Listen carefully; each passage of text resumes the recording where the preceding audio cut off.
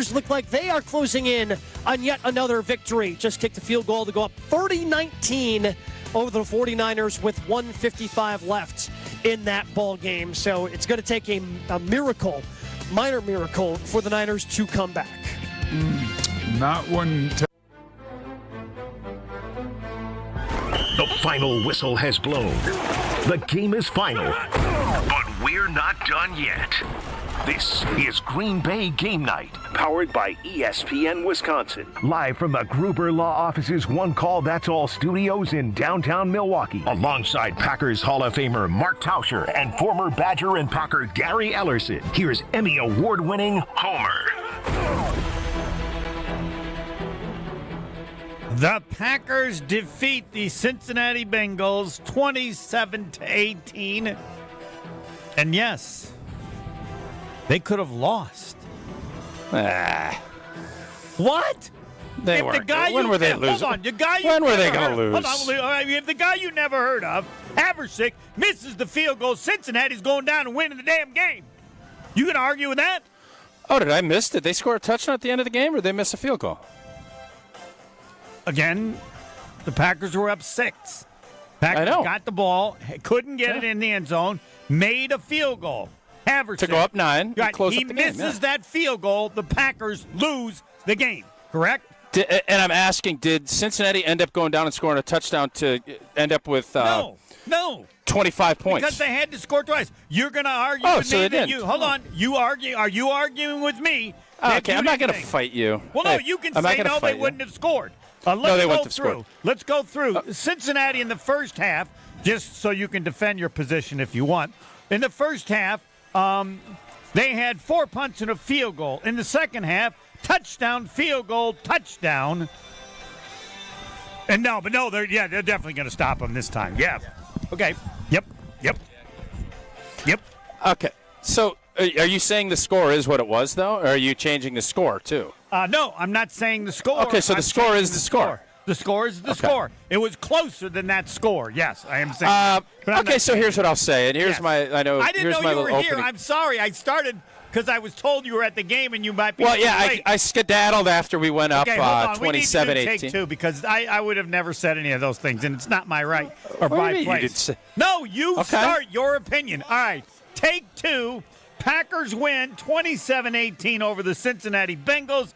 And now, as we always do, the thoughts of Packer Hall of Famer Mark Tauscher. Take it away. So the first thing I thought today was, 14.5 points in the NFL is a lot. And we should not – I kind of poo-pooed Cincinnati.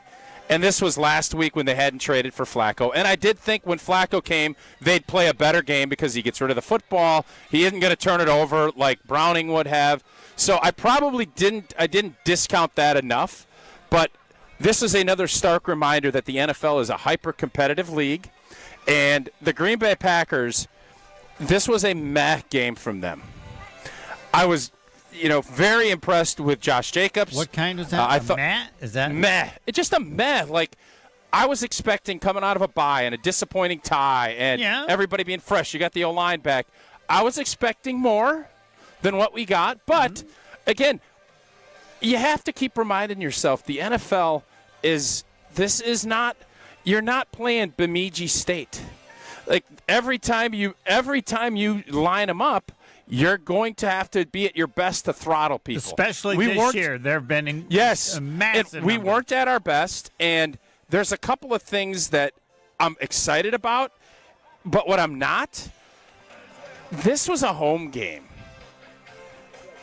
Our defense dominated the first 2 home games, dominated a big chunk of the Cleveland game, and then have not since. Well, they dominated the first half. They held them with like 21 yards. No, they did, and that's why. So why I'm torn tonight, and why I don't have this like real. We're a good team.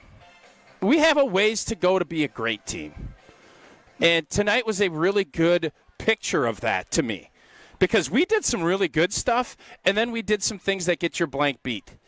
And that Cincinnati team, I give them credit. They competed. Flacco did some good things. Jamar Chase is a stud. but I thought their O-line handled our D-line pass rush-wise a lot better than I anticipated. It was not the dominant defensive, oh, my God, Joe Flacco was swarmed. Is Parsons on the team? No, he had 3 tackles. Not a ton of pressures, though. So to sum this up, I came away today as this was a all right, you got the job done game. Nobody's going to walk out of here thinking we're all world, and it's week 5. It's game 5, so you don't have to, but we don't feel. I don't think Packer fans are walking out of here. I know they're not feeling the same way, because when I walked out of here in the Detroit game, it was where we are the best. Today, they're in hooting and hollering. People are walking by, and it is as subdued as like, okay, yeah, we're okay. We got the job done. Let's move it along. This was one of those punch your time clock, grab your lunch pail, and head home games. And you need to have those throughout an NFL season. I just was expecting more today than what the Green Bay Packers gave. And that's my opening statement. Yeah. The fear of every Packer fans is the same old Packers. Good, but not that good. And the whole thought was after 2 games, no, this year they're that good. Well, maybe they. Well, and it was because, and Homer, it was because the defense was so dominant. And right now, the defense is good. I don't want to poo-poo the first half, but this was one of those games. You go up. What did we go up? 17-7? Is that what we were up? They scored to make it 10-7 in the Packers' offense, as Jordan Love throughout much of the game bailed out the defense in the second half. That should have been. Yeah. And what a great defense would do there is suffocate and bury. An offense that, by the way, their quarterback's been there for 2 days. They've been there for 2 days. And I know they have great wideouts. I give them a ton of credit. But their O-line was a lot better. Oh, my God. Was a lot better today than I anticipated. And that, by proxy, means I think without Devontae Wyatt, we maybe need to start wondering, how dominant can we be if Devontae Wyatt isn't a part of this? Because we've now looked at this. We have 6 quarters of research. I think he missed the second half of that Cowboy game. Yes. And there was some stretches, but has the pass rush looked anywhere close to the same as it did with Devontae Wyatt? And the answer is no. So this was a good, solid overall performance. Nothing sexy. And you need wins like that. So I'm not sitting here crying and poo-pooing about it. But I'm also not as – and I am telling you, you remember after that Lions game, everybody's screaming and hollering. It is like – nobody is even smiling. Everybody's just walking. So let's get to our car and go home. Let's make sure we grab our lunch pail, get the hard hat, and get in our car and go home. There ain't anybody celebrating and jumping around. It is as subdued could be after a win. And that's how I feel tonight, too. Let's get to the callers. Shug, sugar-free. Nailed that one, Taus. Let her fly, sugar-free. Are you still picking 17 wins? What did you pick? 13 wins? 13 wins. 13 wins. What, 17 wins? Who said that? No. Hey, I got you down. Nobody said 13 wins. 13 wins, sugar-free. Would you like to change that? No, absolutely not. Right. I'm going to tell you. I'm going to tell you what the problem in it is. We all know our cornerbacks are subpar. Okay, I'm going to agree with you, even though you haven't said it. This is what happened. Not if. Hey, Shug, quick question for you. A subpar strong. Go ahead. You're facing the 2 best wideouts in the business today as a Correct. combo. Was our pass rush the reason that the secondary was so? Because our pass rush didn't do what it needs to do when you put the resources into what we have. So continue on, but I think it's more pass rush related than it is secondary. Go ahead. You know, you bring up a great point. We're going up against 2 great receivers. So, Again, we're okay. Don't panic. I'm going to tell you what we need to do, okay? Chase is their best receiver. He was targeted 13 times, 10 catches. Yeah. Who is our best receiver? It is not Dobbs. And that's the issue here. Dobbs was targeted. Hello, Homer. Everybody else is silver. Talk? Packers got one gold, and everybody else is silver. And I'll tell you what, Homer, golden, price of gold yes. is through the roof, too. Yes. Price of gold through the roof. Go ahead, Shug. Correct. Oh, you mean Homer, and gold itself on the market? Oh, okay. Yes, I was All right. correlating two different things. Go ahead, Shug. I got it. Yep. 4,000. Is that what it is? Yeah, Go it ahead, is. Shug. Okay. We all know what the issue is here. What is the issue? He had five targets. 5 targets, and that last throw was one of the 5 targets that Love had. Okay?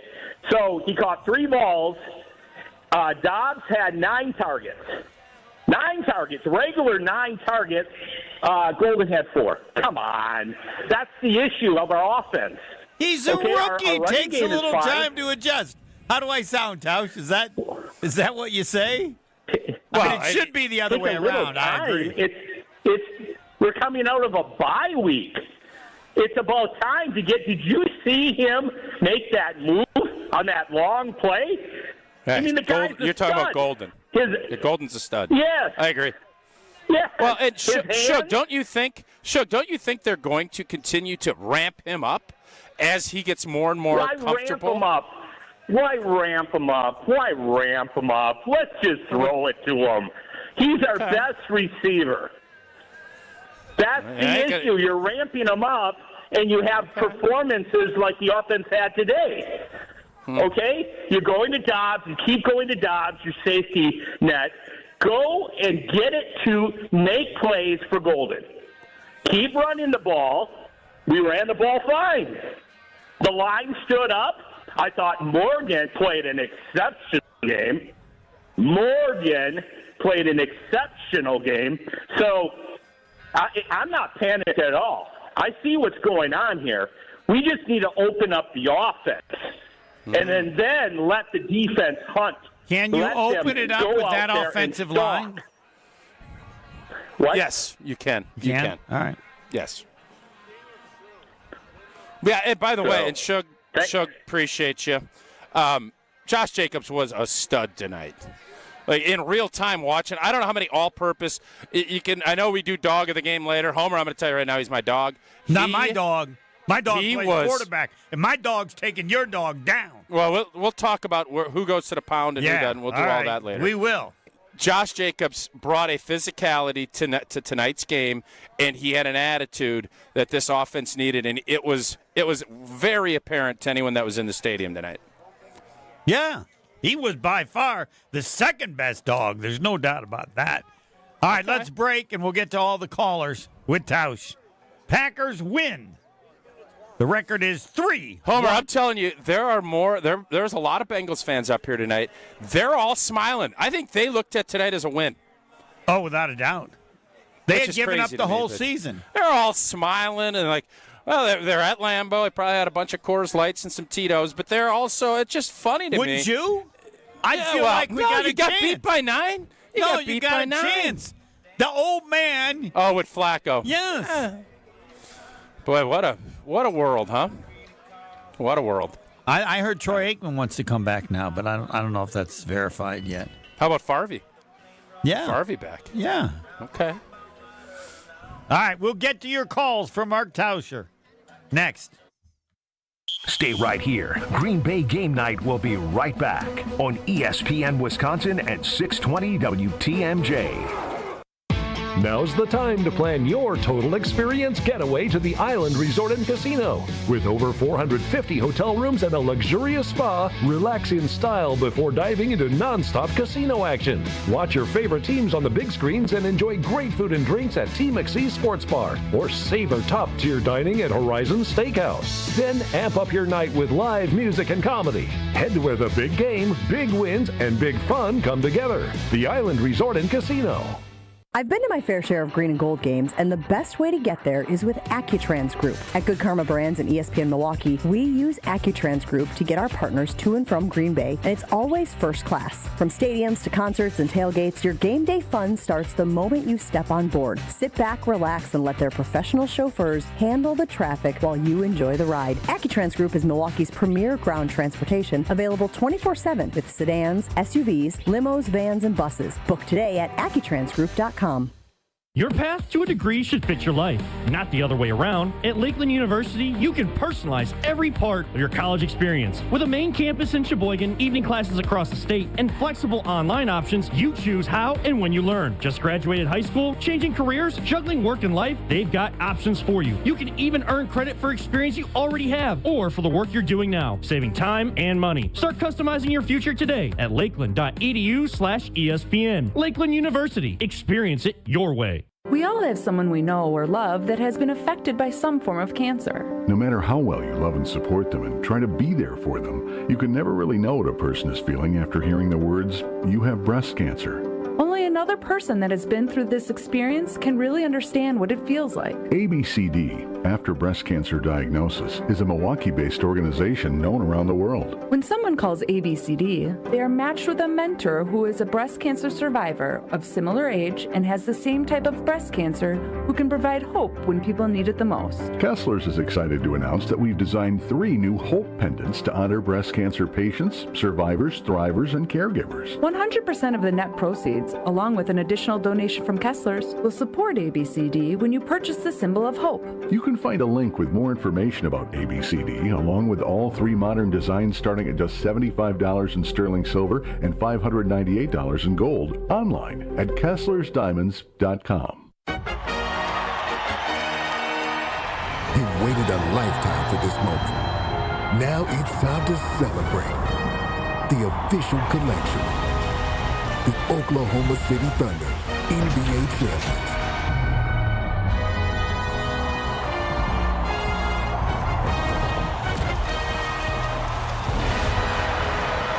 Available now at NBA Store. A Fanatics experience.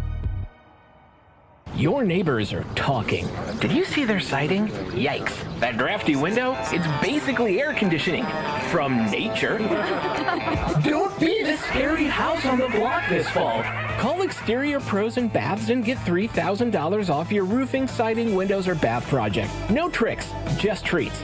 That's 262-800-4274 or click your way to extpros.com. Fall in love with your home again. Trust the pros. Green and gold fans, it's game day.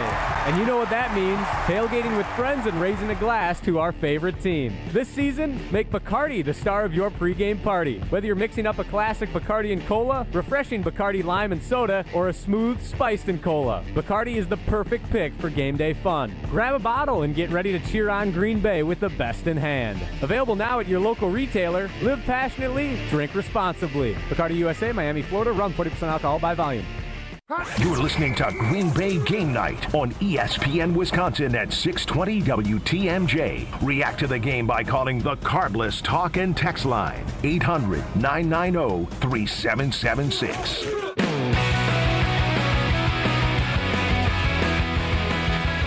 It is Green Bay Game Night. The Packers defeat the Cincinnati Bengals at home, 27-18. I would say the game was even closer than that, but I'm not changing the score. Packers are now 3-1-1. Look at this schedule the next few weeks. At Arizona, Soft. at Pittsburgh. Soft. Ooh, Pittsburgh's going to be a sexy Packers game. They're losing that game. You think? I said it before the season started. Yep. Okay. Now, maybe Pittsburgh will have so many wins that they'll be due to come back. But Carolina is better. Yeah, they look a lot better than we all thought. Philadelphia's weaker than thought. At the Giants, then the Vikings. Let me tell you something. This team right now, they're not built, as we've seen the last 3 weeks. This game is on the road today. I don't think we win. I'll join that club. You need to. Now, we ran the ball pretty well. I think we stopped the run pretty well, and that's typically your formula. But to win on the road, you have to execute at a higher level than what we saw the G&G today. So yeah, they held the Bengals to like 20 yards in the first half. The Bengals had 230 or 240 in the second half. Homer, did we crown this defense too early? Yes. Yeah. And one of the problems is the defensive back. There's a reason that they don't have a lot of turnovers because they don't even know where the damn ball is. There were a couple situations when you know you're putting a lot of pressure on, they're going to throw that quick outlet. And then I thought on the last play, the last touchdown, I mean, somebody to have to watch it, but it seemed like McKinney was late. McKinney's the guy who could have intercepted that pass, but that was a heck of a catch. It was a heck of a catch. That was a whale of a play. But how do you go from just dominating a team in one half and then letting them go from like 20 to 240? So, yes, we did. And I said, I start with Parsons. He's on the team? Like, if he's close, you're like, hey, I didn't notice he was playing. Yeah, he was not as, we talked about the Parsons effect and everything else, and I don't know if they did a bunch of sliding, and, I didn't watch on the TV copy today. No effect is probably strong. I mean, you can start saying, well, he helped because now you got Lucas Van Ness had a one-on-one rush. Lucas Van Ness, till he got hurt, was having a day. He had a sack, 2 pressures. Look at the second half. Touchdown, field goal, touchdown. Yeah, it was not a good day in the second half. But with all that said, yes, and this is where I'm really torn tonight, I'm happy we won. One of our fans up here at the Tundra Trio just came over and said it wasn't a signature win. Well, you're not going to have 15 signature wins. Today is not going to be a signature. The only way today was a signature win if it was like 40-6. Yeah. Which is, I was thinking it was going to be more along those lines. Yeah, I thought it was going to be like 24-3 or something. Yeah, I didn't think they could score. I didn't think there'd be that many points scored by them. I didn't. Yeah. And the fact that they were able to move the ball the way they did in the first half. And adjust so much from the first to the second half. Oh. Yeah, it just I'm sure this week, the last game 2 weeks ago with the Cowboys, we all were wondering like, what the boy, that just it doesn't look that can't happen. Oh, it's an anomaly. Oh, Dak Prescott's really good. We've seen the Joe Flacco show before. Now he didn't have the second half against a 100-year-old man. Well, he's not 100, but he played upper 40s. Yeah. No, the second half was exactly like Dallas. Second half, Cincinnati, after 20-some yards in the first half, touchdown, field goal, touchdown. Yeah, it was. I don't know what else to say, but I think defensively we crowned him early. It doesn't mean you can't re-crown and get refitted for a new crown. Yeah, if we notice Michael Parsons on the field, then maybe. This crown needs to be refitted for sure. Yeah. Charles, you're on with Mark Tauscher. Let her fly. Hey, guys. How are you? The Brewers are in the Final Four. Oh, baby. Let's go. Oh, baby. Let's go. Just weighing in. I love the Packers. I'll continue to watch every game this season. So, Packer fans out there, I got to keep it real. I just don't think we're that good this year. Honestly, I really don't. And it's been apparent the last 3 games. If you're good, you beat up. Are we hearing you in the background? Are we hearing the show? Am I hearing Mark Tauscher? What's in the background of Charles? You got the radio on or something? I don't know if that's me or. Let him listen. I'm not objecting. Well, you just jumped in.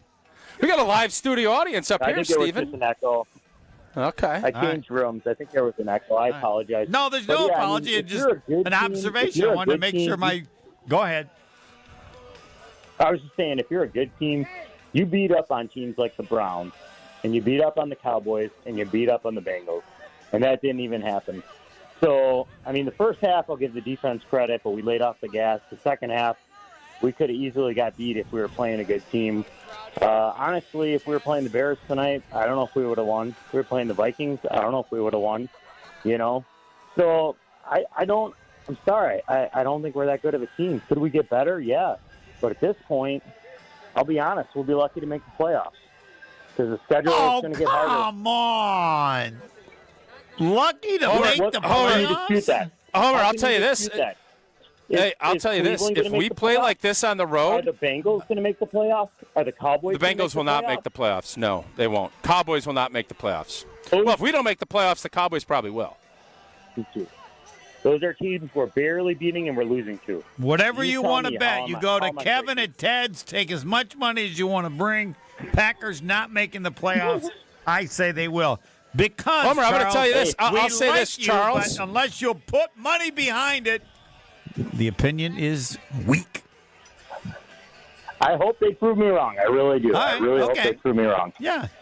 Your You know, opinion Homer, is reasonable Homer, about I have the team to- not hey, making the playoffs. What? Homer, I got a fan out here said, or do you still believe that the Packers are a lock to win the North? No, I said last week. You changed? Yes, I did. You are a coward. You went big time. Oh, it's I was over. wrong. You said it's over. I know. I was wrong. I got too excited. All right. I still Okay. I still believe they're going to He win. said no. Hold on. I He said said it was no. over. I still believe they're going to win the division, but I Yeah. won't bet much on Remember when it. I tried to tell you after 2 weeks, everybody take a beat, Detroit's still really good? Yes, I you tried did. to tell I you should that? have listened to you. Okay. But you, Yeah, to be Charles, fair, I'll tell you are this. as disappointed in the difference in the defense since then Yes. as much as I am. I'm going to tell you this. Charles's point, and I don't know if Charles is still on the line or if he jumped off. I'm still on Charles the line, brings yeah. up. I got one Charles, more thing, and then go ahead, though. Go ahead. Go ahead. Give us your last point, then I'll jump in. Well, the only other two things I was going to say that were driving me crazy, Valentine cheering because he blocked the freaking ball. Like, Oh, dude, that's your yes, job. I'm with you on that. Like, act like you've done that. Knucklehead. And then at the end of the Okay. game, Jordan Love has this big smile on his face. Like, do you really think we played that good? We didn't even cover the spread. This team is not that Well, great. Yeah, I Charles, don't let know. me tell you. Those are just Let me a couple tell you things. something, Charles. Here's the deal. You put a lot into these games, and they are hard. And what I'm trying to say, and I know everybody, and I'm in that group thinking Cincinnati stunk. They changed quarterbacks. They went with somebody that wasn't going to make the mistakes that give you a chance to blow somebody out. They did that. That was smart. So I didn't account for that. When you win a game in this league, I don't care how you do it, you celebrate it because it's hard. So I don't have a problem with Jordan celebrating. That part I don't. But your other point about where this team's at, right now we play like this and like we've done the last 3 weeks. Now we have a 3-week sample where we are 1-1-1. That's what we are. You can't be more meh than 1-1-1. Like I don't think you could. 3 games, if you said, how can you tell me what you are of meh? It'd be 1-1-1.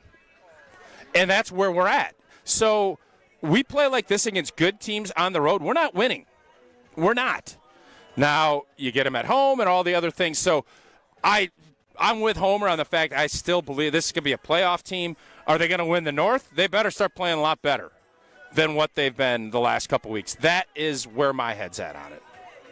Thanks for the call. We're going to break and coming Good back call next. by Charles, by the way. Very good. Some good Outstanding. points, I thought. Flush it or flesh it is You interrupted next. him 10. You interrupted him 10 times, but I don't believe other it was. than that, I thought it was a don't good believe call. it was 10 and 2. Can you say you're ever surprised when I interrupt someone? Not at all. I learned from watching you. Wildy always gives me a hard time. I said, well, Homer taught me. When That's you got right. a point, jump in. You got to go. That's right. Or what you're hearing isn't good enough. Need to have an upgrade. Packer defense is special. Flush it or flesh it. Next. Stay right here. Green Bay Game Night will be right back on ESPN Wisconsin at 620 WTMJ.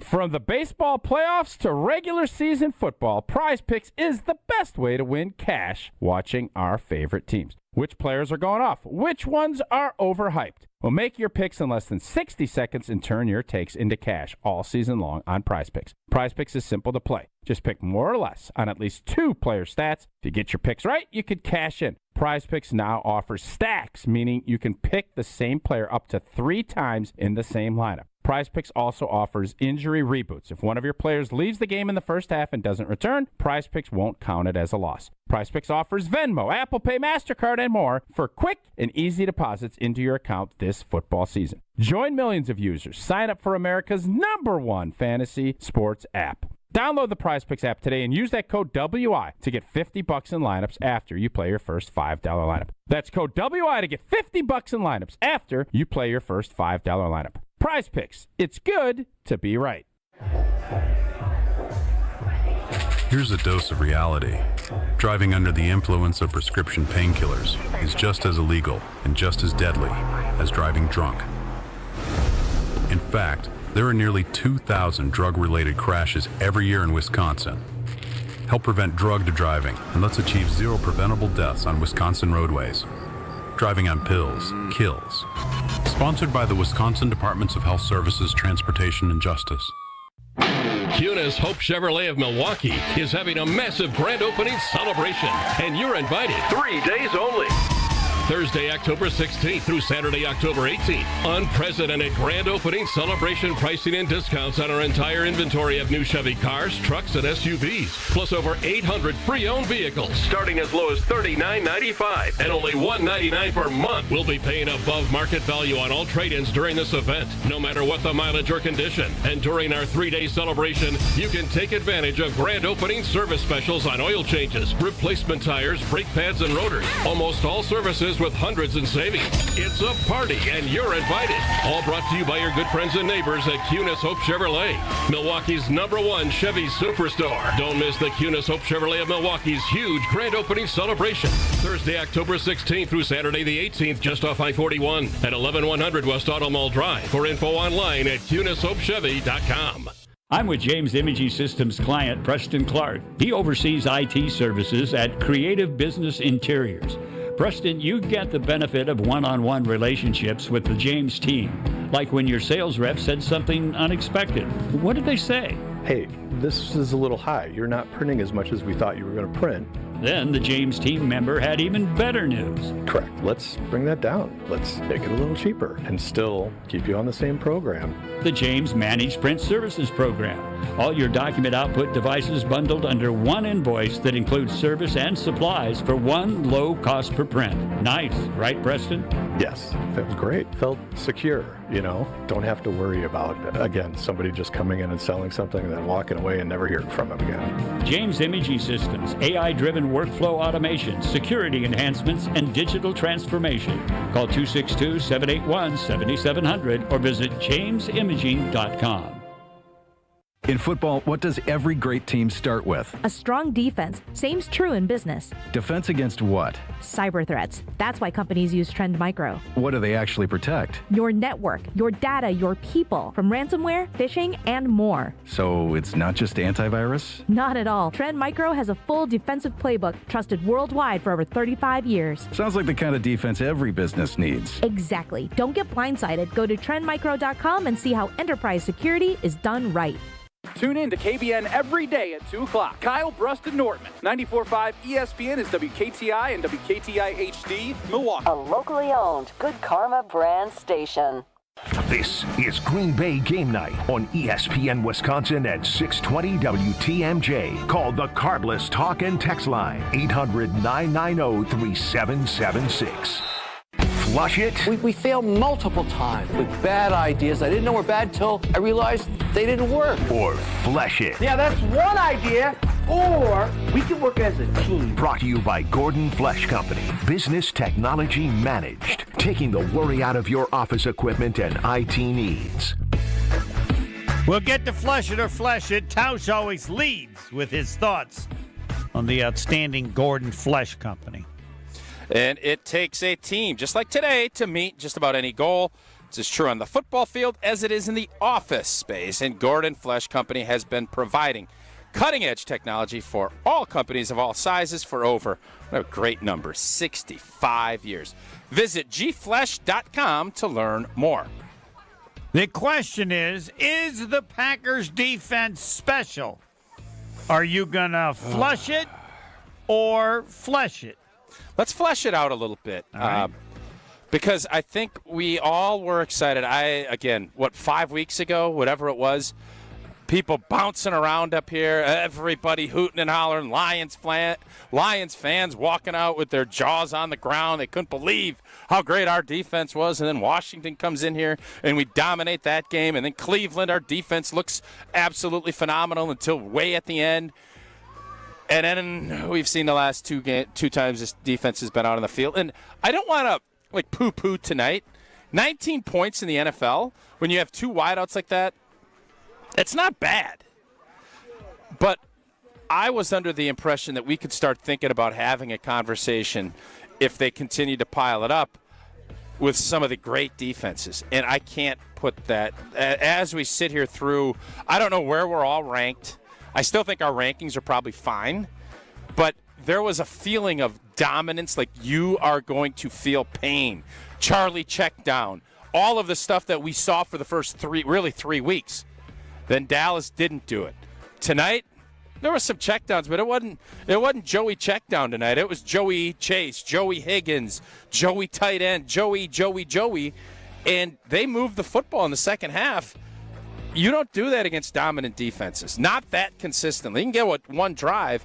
So if I'm fleshing this thing out, I can't. I prematurely crowned the defense, and I still think there's enough talent that we can get there. But right now, we're not there. And I don't know if you can make arguments. So you believe it's special, but it's not special now. No, right now I don't believe it's. Yeah. I mean, I think it's a good defense that's solid. They're not creating enough turnovers to be considered a big boy dominant defense. Do you think there was fear in how Zach Taylor called the game tonight? And with Joey Flacco? No, they moved the ball a little at the end of the first half, and they go into halftime and go, guys, let's go. We got to figure it out. By the way, hey, let's give Matt LaFleur a ton of credit for calling that timeout. He ricocheted that 67-yarder, and then he left it 5 yards short the next time. Yeah. So we can get after LaFleur for other things. Very good call. Really smart. And huge that is one of break. those things. Big. Well, changed the momentum. Changed a lot of stuff. So. I think you flushed this thing out. I don't think you could sit here and say, you said dominant defense. I don't think you could say that. Yeah. No, I said the Packer defense is special. Do you think it is? No, but I still I can't believe that Micah Parsons can disappear. Like, there wasn't one play where Jerry Jones is smiling. I'm telling you that right now. Well, they lost to Carolina, so I doubt he's smiling. But no, nobody's and they calling gave up him 30 and saying, points to Bryce Young. Right. Nobody's coming saying, hey, based on what he's done for the Packers. To this point, to this point, he's been a disappointment. Little disappointment. No. Yes. Not going to say that. Right. No, I'm not going to say that. You're saying that Micah Parsons has been a huge disappointment? No, I said not a huge disappointment, a little disappointment. But he has been a disappointment, yes, now through all the games they've played. So here's what I would say. You look at the whole thing. He had a lot of, I don't know what his stats were for Dallas. Obviously, the defense wasn't good enough. My eyes are my stats. He was, there's your problem. You need to go to an optometrist. Okay. That'd actually be a good partner idea for you. Tonight, he was not as impactful as what we need him to be. That I know. Well, either that or everybody else stinks because they're using so many people on him, and it doesn't seem to be making that much of a difference. I mean, an 80-year-old quarterback just schooled them in the second half after getting like 20-some yards. Let's go to Mo. Mo, we had him, then we lost him, and Mo is back. Mo, let her fly. You're on with Mark Tauscher. Let me ask you guys before I begin, just so I'm clear, because I don't want to be delusional right now. You guys both agree that you don't feel any better about this Packers team despite the win. Is that correct? No, I feel like it was a good, solid win, but I don't feel like I did after the first 2 weeks. No, I don't. So what you're asking, do I feel better now after this game? I feel good that we won a game. We haven't won one in a while. No, I don't feel any it's better hard to about win. the team. But. No, I feel good about that part of it, but if you're comparing how I felt the last time I was up at Lambeau, which was after Detroit, and now, and I'm just telling you how the fans and everything feel. Hey, you won a game in the NFL, and I don't know who called earlier about Jordan smiling when they win. You win, you smile. You win, it's hard. So do I feel good? I feel, hey, I think the last 3 weeks have been meh. But as a whole, we're 3-1-1. We're positioning ourselves. I'm not nervous or worried.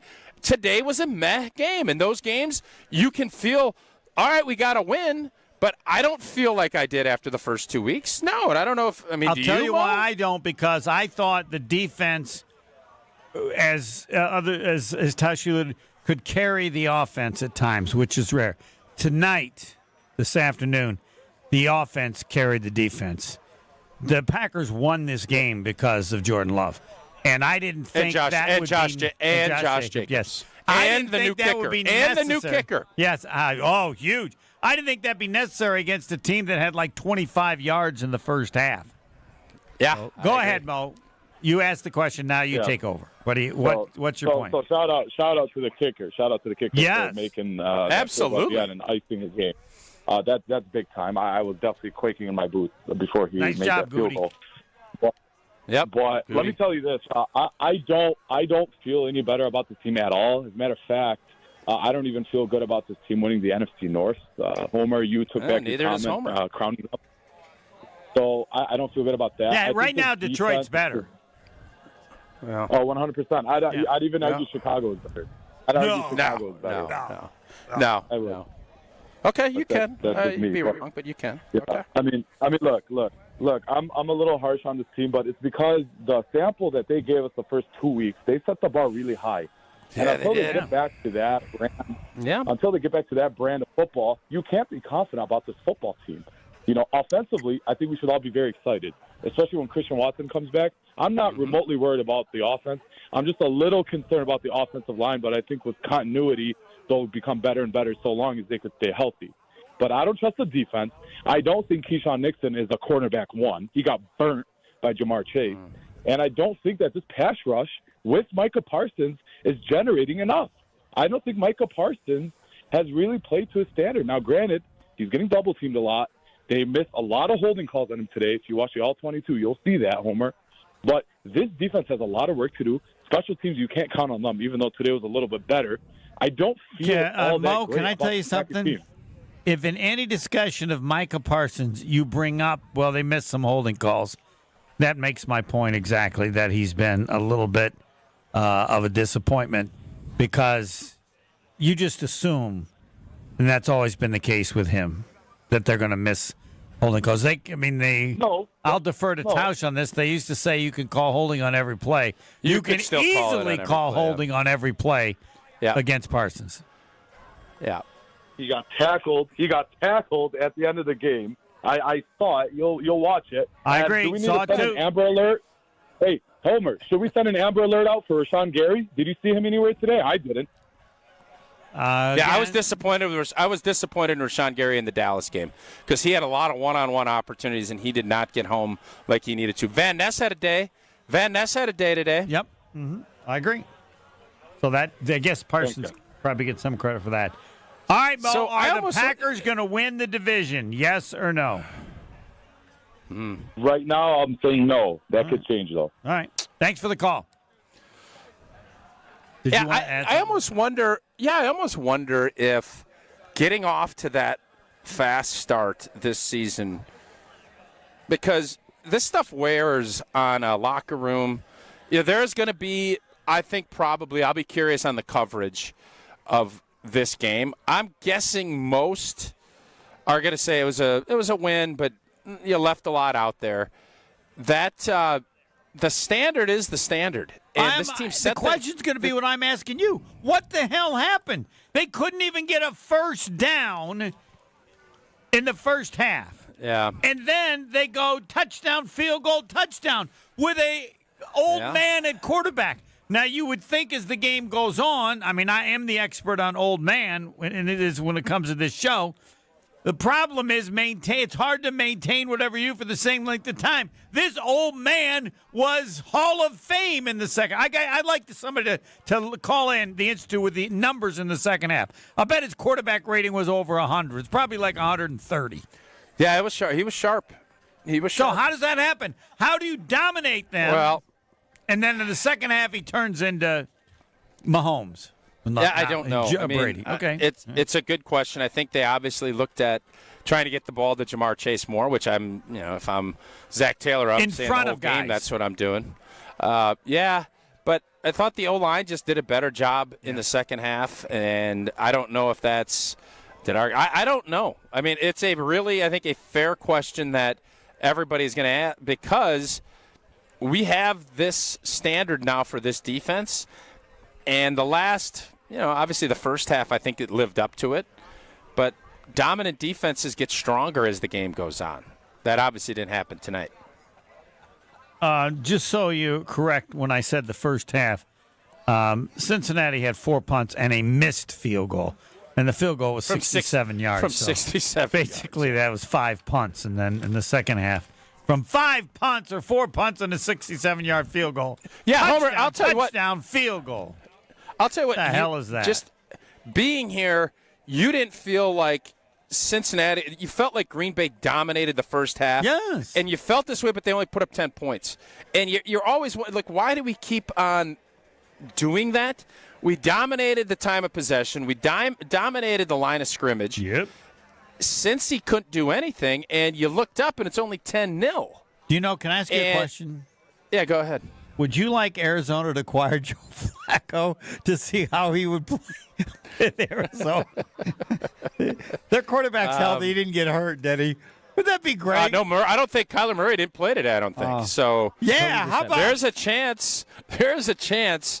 Joe, if he's not playing. Old boy Browning is like, well, Green Bay is going to Joe Flacco to Arizona. If Arizona offered him a 5th-round pick, I bet they'd probably trade him. What's the record for most games a team defense has played against a 40-year-old quarterback? They're going to be at 3 because Rodgers is coming up, and then you got Flacco and Flacco. Yeah, we got to get Flacco one more time. I think Flacco maybe to there's nowhere else to go. Maybe go to Baltimore, send him home before that Christmas game. Carolina. If Lamar Jackson keeps getting hurt, send him back to Baltimore. All right, we will get more of the calls, and we also have dog of the game. Packers win. Is Andy Dalton 40? I do. He's got to be getting close because Carolina could start him. All right, let me ask you this. 4. Forget age. Does Joe Flacco represent the oldest quarterback you can ever remember playing in the NFL? Boy, he's old, and he doesn't move. Yeah, I think that's But I was on the drive up today. I was thinking, is there a first name that's greater for the history of the league at quarterback than Joe? Montana? Flacco? There was a Joe Namath. Joe Namath, yes. Is there anybody that's had a better first name than Joe? For quarterback. John Elway. Who else? Are there other Johns that I'm missing? I'll have to go through them, but I think Joe is the greatest first name in the history of the quarterback position in the NFL. Wow, you save that for Wilde and Tausch. That might be one for the future. Okay.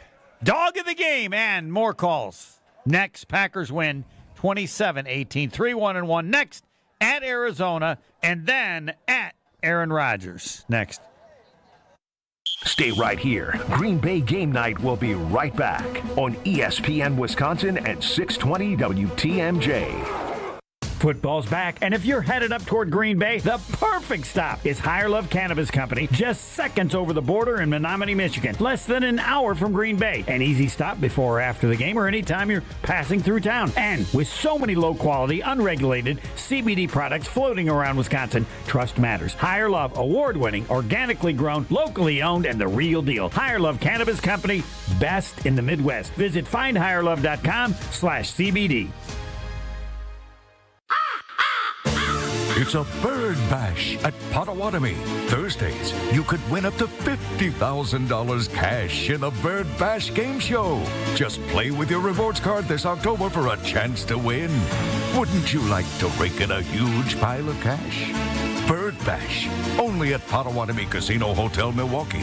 More info at potawatomi.com/birdbash. Must be 21 years old to play. Green and gold fans, it's game day. And you know what that means. Tailgating with friends and raising a glass to our favorite team. This season, make Bacardi the star of your pregame party. Whether you're mixing up a classic Bacardi and cola, refreshing Bacardi lime and soda, or a smooth spiced and cola, Bacardi is the perfect pick for game day fun. Grab a bottle and get ready to cheer on Green Bay with the best in hand. Available now at your local retailer. Live passionately, drink responsibly. Bacardi USA, Miami, Florida. Rum 40% alcohol by volume. Good Karma Brands is proud to be an equal opportunity employer, providing equal employment, development, and advancement opportunities to all teammates and applicants. To learn more about careers with us, please send an email to talent acquisition at goodkarmabrands.com. That's talent acquisition at goodkarmabrands.com. Your neighbors are talking. Did you see their siding? Yikes. That drafty window? It's basically air conditioning. From nature. Don't be the scary house on the block this fall. Call Exterior Pros and Baths and get $3,000 off your roofing, siding, windows, or bath project. No tricks, just treats. That's 262-800-4274 or click your way to extpros.com. Fall in love with your home again. Trust the pros. The pulse of the Milwaukee Bucks, straight from a Bucks legend. Can't get it off. Marcus Johnson will, though. Can't leave him alone for a 12. Tap into Here District with Marcus Johnson on Bucks Plus. Marcus and his son Chris offer a weekly beat on Bucks basketball. Get your questions answered and hear from the biggest names in basketball. Find Here District with Marcus Johnson at bucks.com/plus on the Bucks app or wherever you get your podcasts. This is Eric Brown, owner of Siding Unlimited, letting you know that Siding Unlimited installs Pella windows and doors. That's right, Siding Unlimited installs windows, and we do it really well, earning the prestigious Pella Platinum Premier National Certified Contractor of the Year award 5 times. New windows, our expert team will deliver on a smooth, hassle-free installation, making you feel proud of calling Siding Unlimited for your window project. What's the next step? Call 262-567-4513 or go to sidingunlimited.com. Transform the way you do business with Fifth Third Bank's Commercial Payments Solutions. Our market expertise and managed services streamline your entire payment process, seamlessly integrating with your existing systems to give you unparalleled control. Discover new revenue sources, save time, reduce operating costs, and boost your bottom line with our customized payment solutions. Fifth Third Bank, National Association, custom solutions built around your goals. Member FDIC. You're listening to Green Bay Game Night on ESPN Wisconsin at 620 WTMJ. React to the game by calling the Carbless Talk and Text line, 800-990-3776. It's time for the Sit Mean Sit Dog of the Game. You see these dogs in your front yard? Jordan Love. Dog. John Jacobs. Dog. Michael Parsons. Dog. Matthew Golden. He's a dog. Presented by Sit Mean Sit Dog Training in Waukesha and Milwaukee. Visit sitmeansit.com. You gotta beat a dog. And I'm like, man, we got dogs. While it's not an NFL dog, I feel it necessary. I'm 70 years old. Indiana University is 3rd ranked in the country in college football. Yep. They Not don't even care about football. And I would say in my lifetime, I would have anticipated multiple aliens living in my house before Indiana would be ranked 3rd in the country in football. Hey, whoa. Hey, we ain't talking college football today. I know. That's why I was. But if you want to talk Brewers and you want to start breaking that, I'm on board. It's Packers or Brewers tonight, baby. Okay. We ain't talking about Indiana Hoosiers football. Well, it's done. It's over. That kind of shit. Like you told me on Wildy, hey, why don't you do that on a homer 45 minutes? How's that? I believe I took 22 seconds. It's done. And now we get to Dog of the Game. I'm nervous. Dog of the Game brought to you by Sit Mean Sit. If your dogs don't always listen to you or you ask yourself, why don't they listen to what I say? Look no further than Sit Mean Sit. You can have a happy, confident, and obedient dog. Contact Sit Mean Sit Dog Training today in Milwaukee or Waukesha to schedule a free consultation. Go to sitmeansit.com and check out their Milwaukee and Waukesha pages. You know the only thing people regret after they go to Sit Mean Sit? They go, why'd I wait so long? I should have done this long ago. Life would be so much easier. You don't have to say that, so do it now. Go to sitmeansit.com. All right, the Dog of the Game. Tauscher. Yeah, I'm nervous because I think I kind of already told you what I was going to do, and that usually means I'm not going to do that. Josh Jacobs was a dog tonight. Can we agree on that? Totally, yes. Too low hanging. The fruit is too low for that one. No, I don't believe that. But no, the fruit's too low. I mean, he is the no-brainer pick tonight, but that's not the road I'm going to go down. And I'm looking at it like, all right. What? Boy called in earlier and was talking about Matthew Golden being that number 1 wideout and 28.7 yards a catch tonight. And man, another dog. He was a dog. And he had a nice punt return, and there's a lot of stuff. So I'm torn because I know both of these are probably more dog, like legit dog of the games. But I'm going outside the box tonight. I mentioned him. I don't even know where he came from. But I know he made a game-winning kick. Ooh, I know he going was with 2 for 2. Haversick. Yeah. Lucas Haversick. I saw he's played with the Renegades. He's played with the Rams. He's played with, been around. Goody brings him in. McManus can't go tonight. And, oh, boy, I think everybody was a little skittish. No, Understandably so. Skittish. I wasn't. He is my dog, woof woof, of the game. Yeah. I'm sure he went to Arizona. Did you know that? I didn't. His career history: Colts, Browns, Rams, Browns, Bills, Arlington Renegades, and now the Green Bay Packers. On December 5th, he was a dog tonight. Yeah, they could have lost the game. He misses that last field goal, they lose the game. Well, won't go that far? I'm not going to go that far, but I can understand your point on it. But you're thinking, it's the only time Jordan Love where he slid wisely so he didn't get hurt or get hit. But they could have then run out the clock if he'd gotten the first down and they end up. And I'm thinking, oh no, they're going to this guy.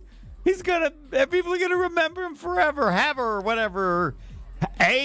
Just so you know, Havrisik.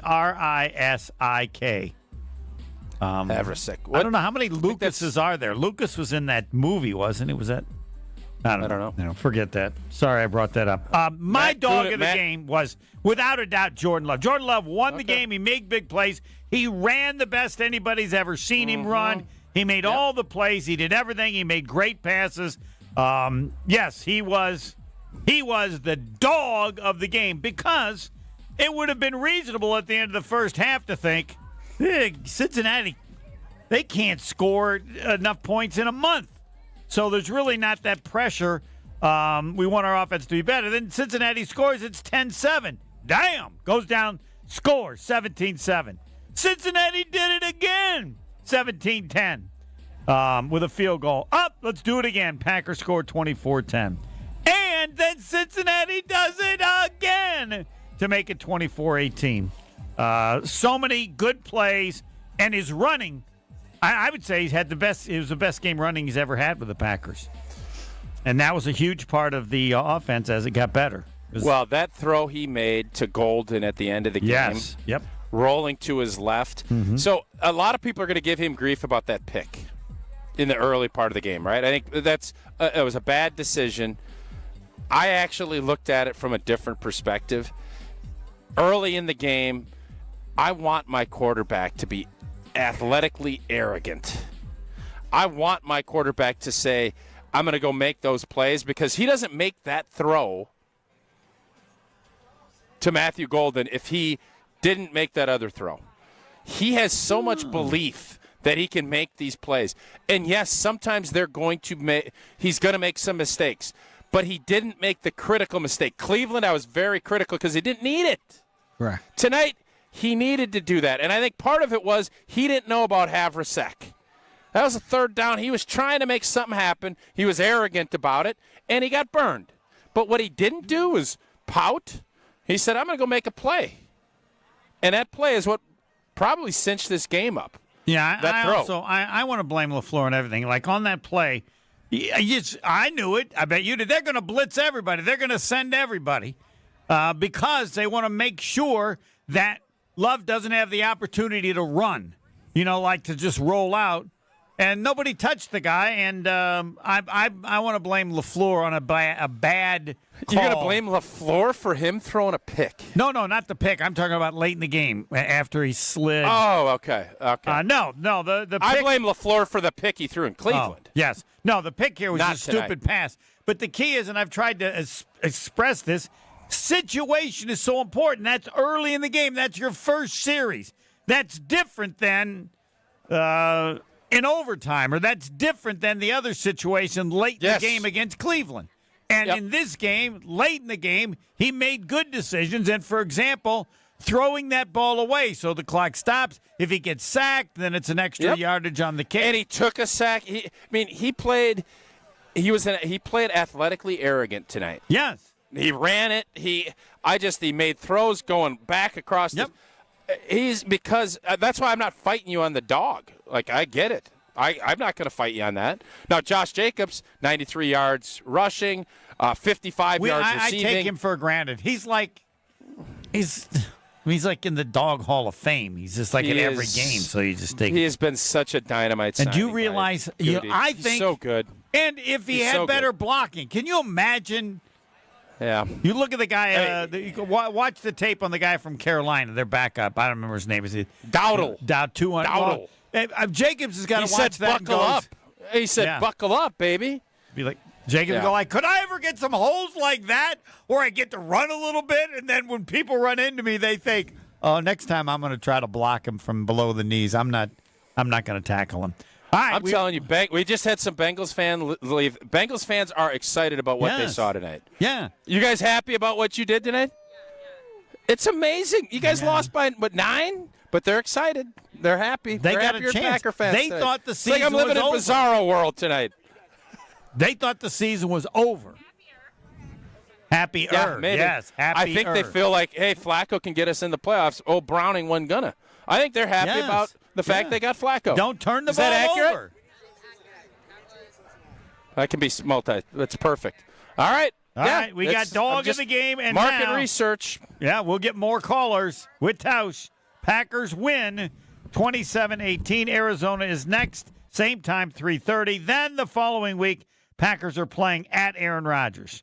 They're not playing at Pittsburgh. They're playing at Aaron Rodgers and whoever else he brings to play against the Packers. That's, again, Sunday, 3:25 at Arizona and 7:20 at Pittsburgh. And we will discuss this team on the road because they haven't done diddly squat on the road yet. Next. Stay right here. Green Bay Game Night will be right back on ESPN Wisconsin at 620 WTMJ. Now's the time to plan your total experience getaway to the Island Resort and Casino. With over 450 hotel rooms and a luxurious spa, relax in style before diving into nonstop casino action. Watch your favorite teams on the big screens and enjoy great food and drinks at T. McSee's Sports Bar or savor top-tier dining at Horizon Steakhouse. Then amp up your night with live music and comedy. Head to where the big game, big wins, and big fun come together. The Island Resort and Casino. The only thing that tops our selection is your savings discount liquor. Love, Jacobs, McKinney, Golden, and now Micah Parsons? This year's gonna be fun. Now's the time to set a game plan for your Green Bay and Wisconsin pigskin parties. This is Marie from Discount Liquor. We are your football party beverage headquarters. Whether you need an ice cold keg, a bottle of your favorite wine, a unique craft brew, or hard-to-find liquor, we have everything you need, all at the lowest prices in town. Come see us today at 51st in Oklahoma and Milwaukee, and on Barstow and Maine in downtown Waukesha. Voted best liquor store again. The only thing that tops our selection is your savings. Wherever you're tailgating, we'll get you all set up with your favorite beverages. We're open daily 9 to 9 and Sundays 10 to 2. See all of our weekly specials at DiscountLiquorInc.com. Discount Liquor. The dance of sunlight on water. Shimmering, sparkling, beautiful, hypnotic. Houses that overlook a gorgeous body of water are the most highly desired houses in the world. The Bellamare collection of fine jewelry features classic white diamonds, flanked and surrounded by rare and exotic blue diamonds. Bellamare means beautiful water. Bellamare, sunlight on water, glimmering and twinkling. The dance is enticing. The look is spectacular. The impact is exciting. Blue and white diamonds created in the heart of Mother Nature will dance and sing on the body of a glittering, sparkling woman. Bellamare. This blue and white beauty of sunlight on water should be worn on the fingers, the wrist, the neck, and the ears of the woman you love. The Bellamare collection is available only at Kessler's. We do diamonds better because diamonds are what we do. For the location of the Kesslers nearest you, visit KesslersDiamonds.com. Kunis Hope Chevrolet of Milwaukee is having a massive grand opening celebration, and you're invited. 3 days only. Thursday, October 16th through Saturday, October 18th. Unprecedented grand opening celebration pricing and discounts on our entire inventory of new Chevy cars, trucks, and SUVs. Plus over 800 pre-owned vehicles. Starting as low as $39.95 and only $199 per month. We'll be paying above market value on all trade-ins during this event, no matter what the mileage or condition. And during our 3-day celebration, you can take advantage of grand opening service specials on oil changes, replacement tires, brake pads, and rotors. Almost all services with hundreds in savings. It's a party, and you're invited. All brought to you by your good friends and neighbors at Kunis Hope Chevrolet, Milwaukee's #1 Chevy superstore. Don't miss the Kunis Hope Chevrolet of Milwaukee's huge grand opening celebration. Thursday, October 16th through Saturday the 18th, just off I-41 at 11100 West Auto Mall Drive. For info online at KunisHopeChevy.com. I've been to my fair share of green and gold games, and the best way to get there is with AccuTrans Group. At Good Karma Brands and ESPN Milwaukee, we use AccuTrans Group to get our partners to and from Green Bay, and it's always first class. From stadiums to concerts and tailgates, your game day fun starts the moment you step on board. Sit back, relax, and let their professional chauffeurs handle the traffic while you enjoy the ride. AccuTrans Group is Milwaukee's premier ground transportation, available 24/7 with sedans, SUVs, limos, vans, and buses. Book today at AccuTransGroup.com. You're listening to Green Bay Game Night on ESPN Wisconsin at 620 WTMJ. React to the game by calling the Carbless Talk and Text line, 800-990-3776.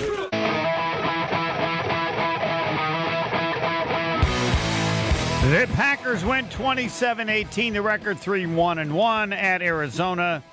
Next Sunday, 3-25, and then the following week at Aaron Rodgers. That is the Sunday night game. Questions for the Hall of Famer, Mark Tauscher, and people have been waiting over an hour. Jason, you're on with Tausch. Let her fly. So I have a question. Did Brian Gutekunst trade 2 first-round picks for the team to go 1-1-1 against combined teams with records of 5-12, and to look like, I mean, let's be honest, they don't even look like serious, contenders to win the North, let alone go deep in the playoffs. Hold on. What was the question again? So for Tausch to answer. Yeah. What's like a Super Bowl unit on this team? Even close? Maybe the first 2 weeks of defense, but there's nothing special about the team. And Homer, I get a feeling of 1998. That was the year that after the Packers lost the Super Bowl, and everyone kind of knew Mike Holmgren was leaving. There seems to be some sort of kind of disconnect out here. With LaFleur's team. It wasn't 98, it's 97, but that doesn't matter. Go ahead, Tausch. Jason needs some help. Help him out. Yeah. Well, what's the question? What is Brian Gutekunst? Is he bummed about what little he has gotten from Parsons to this point? Is that it? No, not just Parsons. Tonight? Not just Parsons. Okay, to not the Parsons. roster. Oh, to the roster. Oh. Not just Parsons. The roster doesn't look like a Super Bowl roster.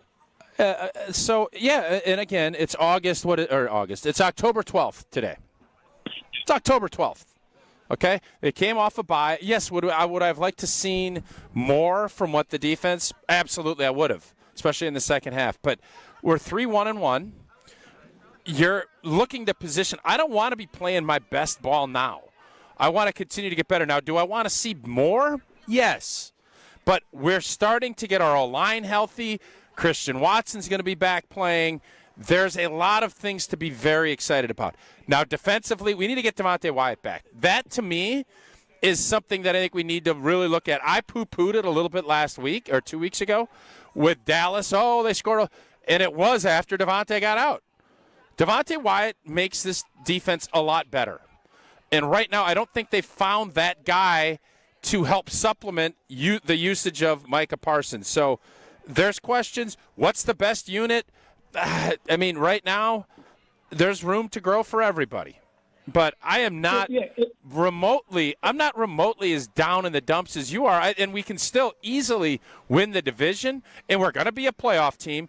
And it's just a matter of, are we going to make big strides moving forward into November and December? And when we have a young team, and it feels like last year was the blip. We didn't get better.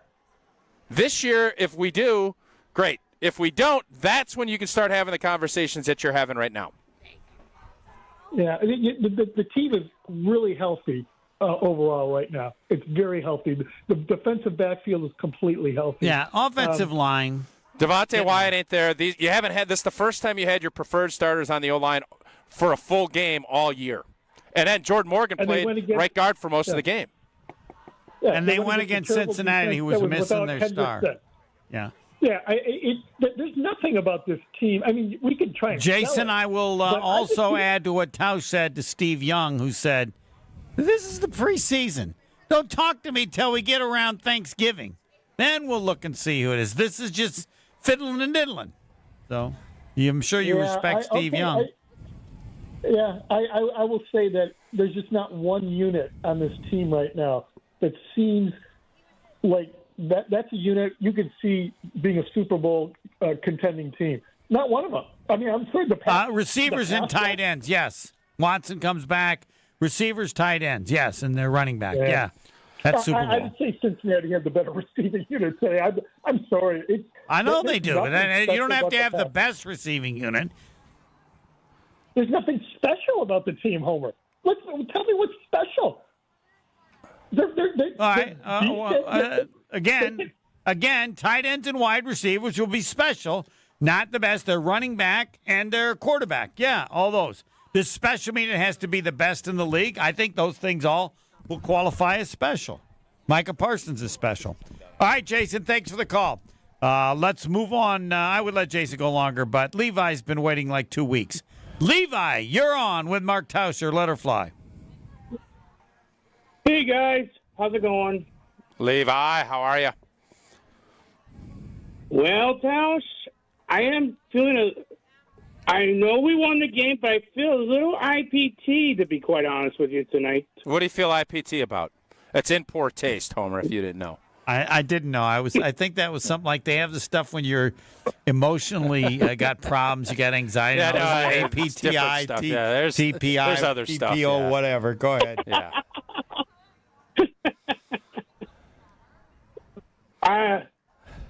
You took the words out of my mouth earlier, Toss. I was going to bring up about the Packers defense that they have, like, in fact, I think one of your producers might, correct me, but I think only 2 takeaways the defense have taken all season in these first 5 games. Yeah, they're not even close to them either. Mm-hmm. Exactly. I'm like, well, they're doing pretty well with the total yards, though, allowed, though, except for the Dallas game. But help him, Tom. Yeah, you're frustrated. So, Levi, you're frustrated because we're not creating turnovers, and I think we all looked at this defense as if it was going to be a dominant group. Dominant defenses create turnovers, and we're not doing that, and that is why we're not suffocating teams and beating the heck out of them. Fair? And that has to change. Right. Yeah, you're not gonna. You can't lose turnover margins against good teams. You're not gonna beat them. We saw that in the playoff game last year against Philadelphia. You'll continue to see that when you play good teams, you don't create turnovers and you turn it over. You're gonna get your blank beat. Period. Fin. And that's why I think fans are probably a little bit more blah, and when you bring in Micah Parsons, you bring him in because he should be creating turnovers along with the rest of the group because of the Parsons effect.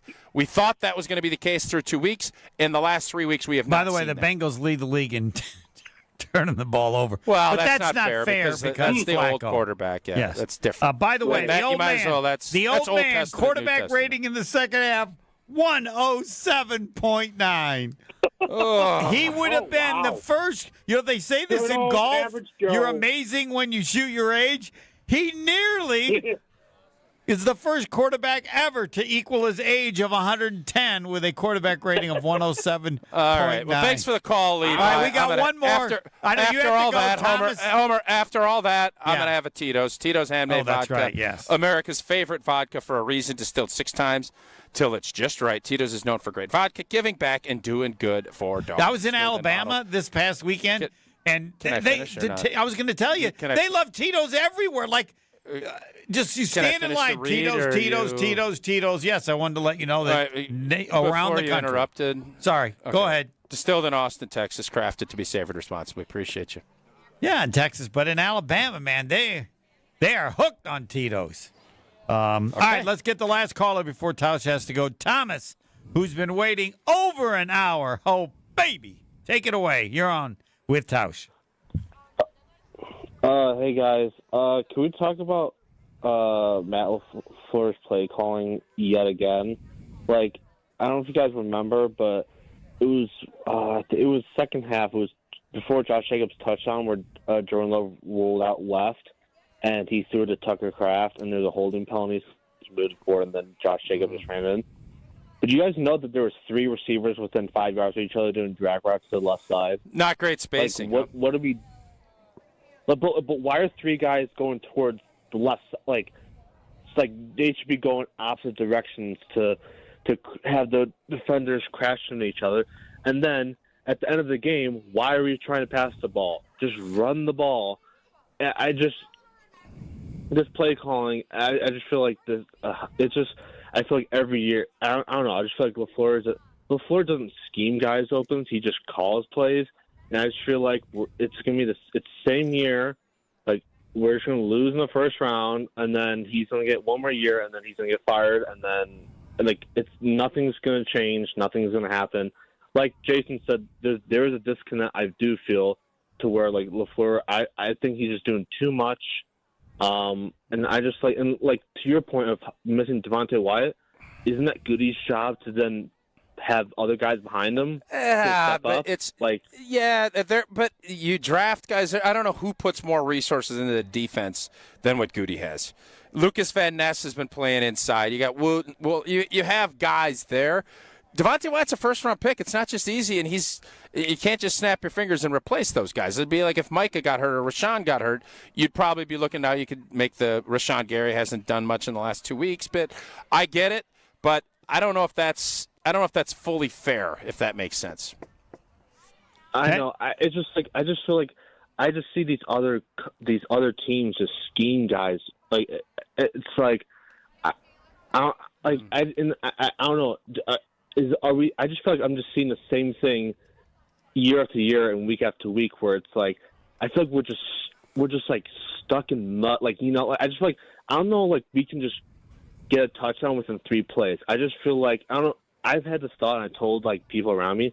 I feel like each play, I feel like either a throw or a pass. There's a max number of yards we can get just from that play, whether it's from scheming open or just like guys not getting open. I don't know if that's just me. I just feel like offense is just stuck in mud. It takes forever to score, and then even if we don't, we're just slow and just sluggish. It was like that earlier, but it changed with Golden, and then you got Watson. Yeah. All right, thanks, Thomas. Thanks for the call. Yeah, Homer, and I'll put a bow on it. Yeah, do it. Offensively and playmaking and all of that, I think there's obviously some room to grow.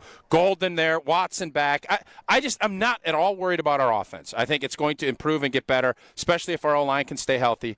Defensively, where's the pass rush in the second half? Why have we regressed? Is it Devontae Wyatt? Because defensively, we are not the same team we were the first 2 weeks. The question mark is, what can we do about that moving forward? And, it's going to need, if we want to get to where we thought we were going the first couple weeks, the defense needs to look more like that than what we saw in the second half tonight. And that is my closing statement. Just to give a follow-up, Aaron, Jordan Love's quarterback rating for the game was 101.3. Yeah, Jordan outside of the pick was fantastic. And the quarterback rating for the old man, Joe Flacco, he nearly equaled his age. His quarterback rating was 107.9, just like a golfer. Shooting your own age is special. That may be called a Flacco now in the NFL. Tausch, thanks. Tomorrow. You bet. See ya. 3 hours. Wilde and Tausch next. We're back with Green Bay Game Night after this on ESPN Wisconsin and 620 WTMJ. This is Matt Meitner, owner of Sit Means Sit Dog Training. Do you find yourself talking to your dog but feel like she's not listening to you? Bella, sit! Are you constantly repeating yourself but she's not following your directions? Sit! Sit! Frustrating, isn't it? At Sit Means Sit Dog Training, we want to help you have a happy, confident, and obedient dog, and we also want to make the training process an enjoyable and worthwhile experience. Contact Sit Means Sit today to schedule a free consultation so we can create a customized training program so you are able to have the dog you want and deserve. Sit Means Sit Dog Training. Sorry, we don't train husbands, wives, or kids. When you're injured, you want quick, specialized care, not a long ER wait. The orthopedic care specialists at Ortho ASAP treat fractures, sprains, strains, sports injuries, and more right away. With on-site x-rays and expert care, Ortho ASAP gets you back on track faster. Open 7 days a week with locations in Brookfield and Pewaukee, it's more affordable than the ER. Walk in, get treated, and get back to life. Ortho ASAP. There is a difference. Visit orthowisconsin.com. Oh no, there's only seltzer left, and it's passionberry almond fruit? Who comes up with these? Kick the aluminum can to the curb and mix up a cocktail you actually want with Tito's. It tastes great, it's gluten-free, and it's available in a variety of sizes for your convenience. The flavor abilities are endless. Tito's Handmade Vodka, the official spirit of whatever you want to drink.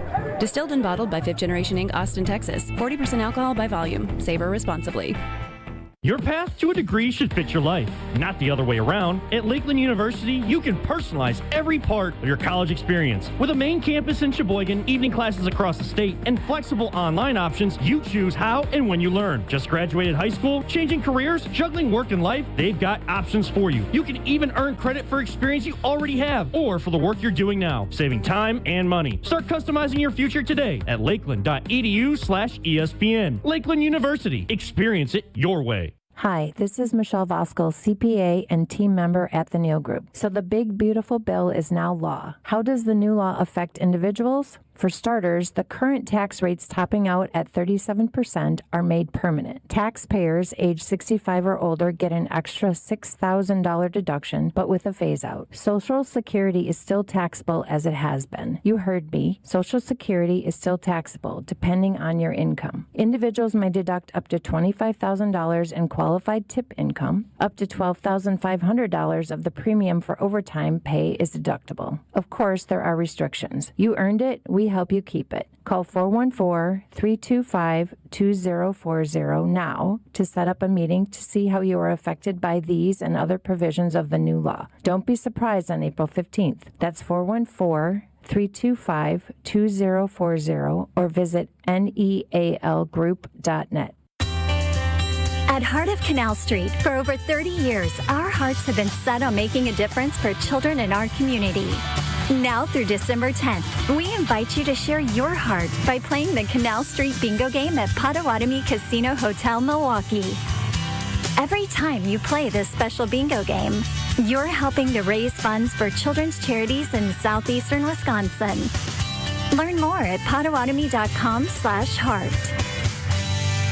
Is your business ready to take the next step? At Fifth Third Commercial Bank Wisconsin, our team of local experienced advisors is here to propel you forward. We understand your needs and offer in-depth expertise, cutting-edge technology, and tailored solutions to streamline your cash collections, automate payments, and safeguard your assets with top-notch fraud mitigation tools. Contact Fifth Third in downtown Milwaukee today. Let's eliminate the non-value add work so you can focus on what truly matters, growing your business. Fifth Third Bank National Association. Custom solutions built around your goals. Member FDIC.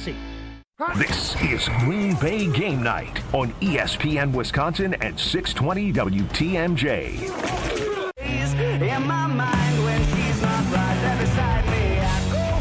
Green Bay Game Night, Mark Tauscher, followed by Gary Ellerson. Can't wait for his opening comments. The Packers defeat the Cincinnati Bengals 27-18 in the first half. Cincinnati had 4 punts and a missed 67-yard field goal. In the second half, they went touchdown, field goal, touchdown, and then tried that 56-yard field goal. Joining us now is Gary Ellerson. Gary, take it away, your opening thoughts. Well, I mean, I haven't heard any of the post-game shows, so I don't know what the reactions have been. But my initial reaction would be is I don't know if I feel any better about this team than I did before they went on the bye week. I mean, I really don't know what they are. There's a lot of room for growth here. There's a lot of room to get better. Special teams, that was a bit better, seeing that you didn't have McManus and you had to go with another field goal extra point kicker. So that's a positive because that could have blown up. Also, if you just look at it from the offensive standpoint, we did get some run game going, much better with Josh Jacobs, but it's not as consistent as I would like for it to be. Jordan Love is still going to do Jordan Love's things where he's on my list of quarterbacks that's going to give you a couple chances to get picks in the game. You just got to get them. And then it still feels like at the end of the game where he ran out of bounds instead of trying to get the first down. I mean, just small stuff like that. And then defensively, it's kind of puzzling because it doesn't feel like that's the same defense that we saw against Detroit. So, I mean, I feel like teams are, for sure, getting rid of the ball much quicker, so it's not allowing them rush to get there. And you find out that, how we're not as good as we should be on the back end in the secondary. Now, Jamar Chase and T. Higgins, right, they're probably the best there is. But they're still at 3-1-1. Great, winning record. But if we're talking Super Bowl, I don't feel like that they're at that point yet. You said before the bye you didn't know who and what they are. Do you feel you know a little better after the Cincinnati game, the game today, or are you still exactly, I just don't know who or what they are still? Yeah, I'm still in the same spot. Okay. I really am. All right. Nothing's very dominating. There's nothing really dominating about this team. If you could just, in our division, if you can go to Detroit, and if you watch Detroit since they lost to us, they've been on fire. Yes. And you can see what they're doing. They're hanging their hat on their run game, play action pass, defensive style. I mean, you can just see and feel it. Even if you just look at a team like the Dallas Cowboys, they kind of make a little quick turnaround here. So, and the reason I say Dallas Cowboys because they're not a very good team, but you can still see what they're trying to do. With the Packers, I just can't get a feel for them. Yeah, when you maybe wanted to after the first half when they held the Bengals to like 25 yards, and then in the second half, the old man, this is like a golfer who's 80 shooting under his age. The old man like, had a quarterback rating in the second half, Joe Flacco, 107.9. In the first half, it had to be about 10. Yes. Yeah. What is that about? How does that happen? Now, explain. You played. How can a defense go? They guess at halftime they figured something out. We're just going to throw to our good guys and not try to get them downfield, just in front of everything, and we'll just go down the field, run the ball some, and score. And that's what's happening right now. That's the blueprint right now of if you're on offense, how to beat this defense. Everything is 1, 2, 3, throw the ball. 1, 2, 3, throw the ball. Because our defensive backs have so much cushion, you get the ball right in front of them. Right. And the linebackers, in some point, they're so far up, you can throw it right in between the safety and the linebackers. Those windows are wide open. And run the ball. And if you can run the ball some to have some balance there. Yeah. They did that. Some. Run the ball some. Now, you don't have to be great, but if you can run it some. That's concerning to me. So now you feel like maybe you do know him a little. All right, let's get Jim in Saukville on with Gary Ellerson. Jim, winning the record tonight. I think he held for an hour and 10 minutes. That doesn't put you in the Hall of Fame, but it's of note. Jim, you're on with Gary Ellerson. Green Bay game night, let her fly. Yeah, I've been in that HOF before, so no need for another medal there. Been on hold longer. I have an offensive I have a comment, offensive question, defensive question. First of all, does anyone really think anyone's going to be after Halfley next year? Weren't we? We were, I think, a little presumptuous when when that statement. Yes, I think they will be, but he's got to have a better stretch. Yes, there will be somebody. He will be a head coach in the NFL. If not this upcoming year, a couple years after that. What do you say, Gary? Yeah. Halfley's going to be a head coach in the NFL, yes or no?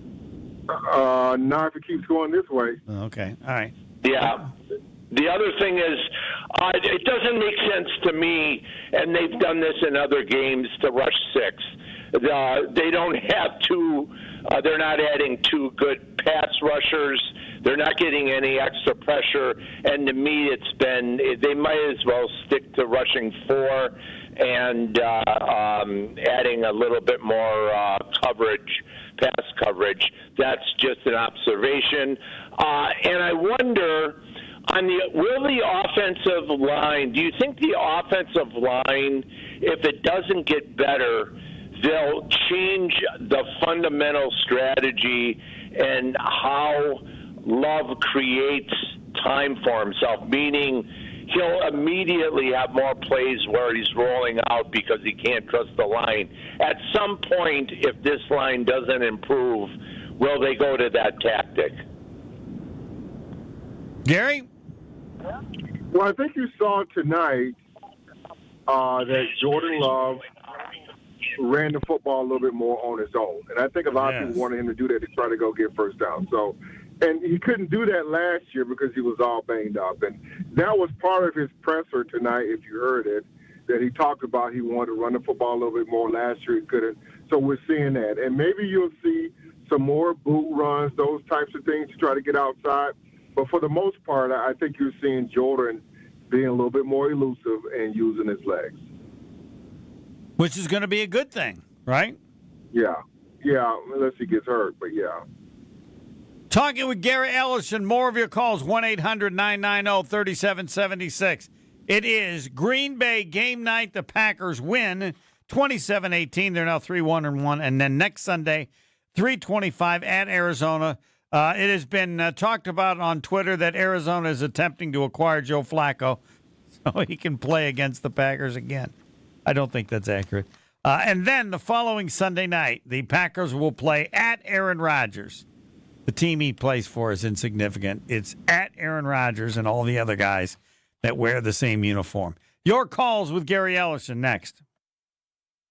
Stay right here. Green Bay Game Night will be right back on ESPN Wisconsin at 620 WTMJ. This is Eric Brown, owner of Siding Unlimited, letting you know that Siding Unlimited installs Pella windows and doors. That's right, Siding Unlimited installs windows, and we do it really well, earning the prestigious Pella Platinum Premier National Certified Contractor of the Year award 5 times. New windows, our expert team will deliver on a smooth, hassle-free installation, making you feel proud of calling Siding Unlimited for your window project. What's the next step? Call 262-567-4513 or go to sidingunlimited.com. The NBA season is officially here, and we're going hard from start to finish. Every player is showing out. All 30 teams are locking in. To win it all in this league, fans and players need to give everything. All season long. The American Express NBA Tip-Off begins October 21st on ESPN, NBC, Peacock, and Prime. Goldsmiths are essential to running a jewelry store, but they're extremely hard to find. Goldsmiths can repair jewelry, set diamonds, resize rings, and create beautiful, one-of-a-kind pieces of custom jewelry. Most jewelry stores do not have an in-house goldsmith. But Kessler's has 18 wonderful goldsmiths working in our 9 Kessler stores. The average Kessler's goldsmith has more than 15 years of full-time experience. And that's not counting all the apprentice goldsmiths and jewelry designers. Our goldsmiths repair a lot of jewelry that we did not sell. Bring us your broken jewelry and we'll bring it back to life. When you see a woman with an extremely attractive, very distinctive engagement ring, you can safely assume that it's a custom-designed, one-of-a-kind ring made by the goldsmiths at Kessler's. When your relationship is special, you need a special engagement ring. if you want something that's breathtakingly one of a kind, come to Kessler's. For the location of the Kessler's nearest you, visit KesslersDiamonds.com. Now's the time to plan your total experience getaway to the Island Resort and Casino. With over 450 hotel rooms and a luxurious spa, relax in style before diving into non-stop casino action. Watch your favorite teams on the big screens and enjoy great food and drinks at T. McSee's Sports Bar, or savor top-tier dining at Horizon Steakhouse. Then amp up your night with live music and comedy. Head to where the big game, big wins, and big fun come together. The Island Resort and Casino. Kunis Hope Chevrolet of Milwaukee is having a massive grand opening celebration, and you're invited 3 days only. Thursday, October 16th through Saturday, October 18th. Unprecedented grand opening celebration pricing and discounts on our entire inventory of new Chevy cars, trucks, and SUVs, plus over 800 pre-owned vehicles, starting as low as $39.95 and only $199 per month. We'll be paying above market value on all trade-ins during this event, no matter what the mileage or condition. And during our 3-day celebration, you can take advantage of grand opening service specials on oil changes, replacement tires, brake pads, and rotors. Almost all services with hundreds in savings. It's a party, and you're invited. All brought to you by your good friends and neighbors at Kunis Hope Chevrolet, Milwaukee's #1 Chevy superstore. Don't miss the Kunis Hope Chevrolet of Milwaukee's huge grand opening celebration. Thursday, October 16th through Saturday the 18th, just off I-41 at 11100 West Auto Mall Drive. For info online at KunisHopeChevy.com.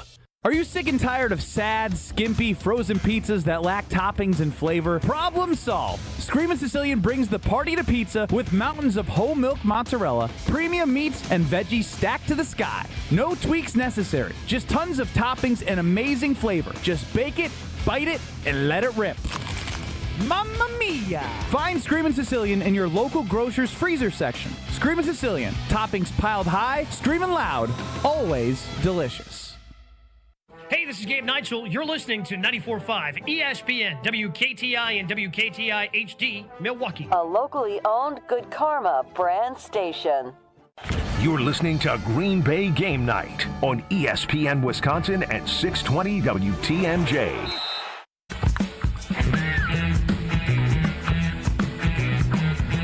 Sunday Night Football, Kansas City leading the Lions 6-3. Lions have the ball. They are moving. It is the end of the first quarter. Of course, everything is important as it relates to the Green Bay Packers, and whatever Detroit is doing is important for the Green Bay Packers. Gary Ellerson is who we're talking to right now. Jeff, I don't know if he's waited an hour, but he's tried multiple times to get on. Jeff, this is Green Bay Game Night. Packers win. Gary Ellerson is there. Let her fly, Jeff. Okay, so Gary, nice to hear your voice. I hope you're well. Same with you, Homer. This is the deal. The offensive and defensive lines, once again, both played incredibly poorly. The Packers dominated the entire first half and had a 10-point lead to show for it instead of a greater lead than that. They keep doing this. They keep dominating halves statistically, but aren't significantly ahead of their opponent. That in conjunction with the fact that, once again, Matt LaFleur, he does not know how to handle games.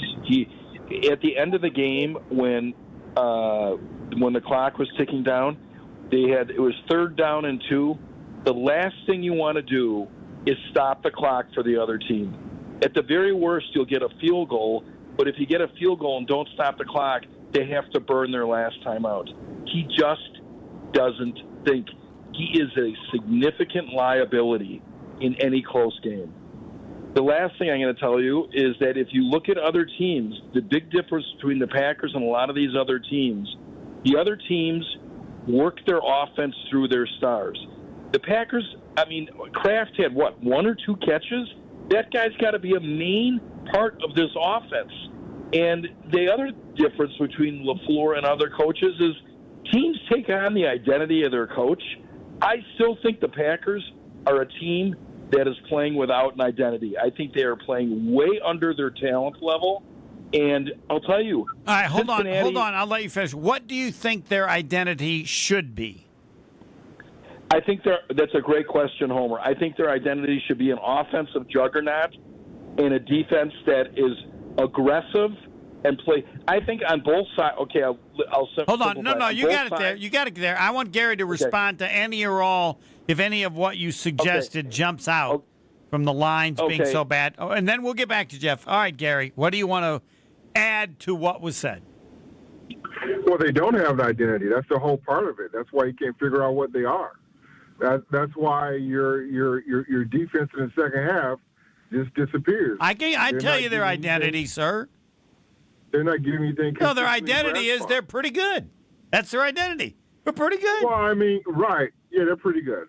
They're average. No, better than average. Their offense is pretty good. They're above average. Yeah. But nothing more. They don't knock your socks off, really.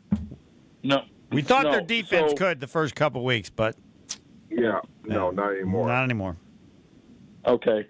So my final thing is I agree with Homer. I completely agree with you. Jordan Love bailed out his offensive line several times, and he also bailed out LaFleur several times. He was the difference in basically every one of their touchdown drives. It was all because of him. He just played a fabulous, fabulous game. So hold on. No, we'll let you finish.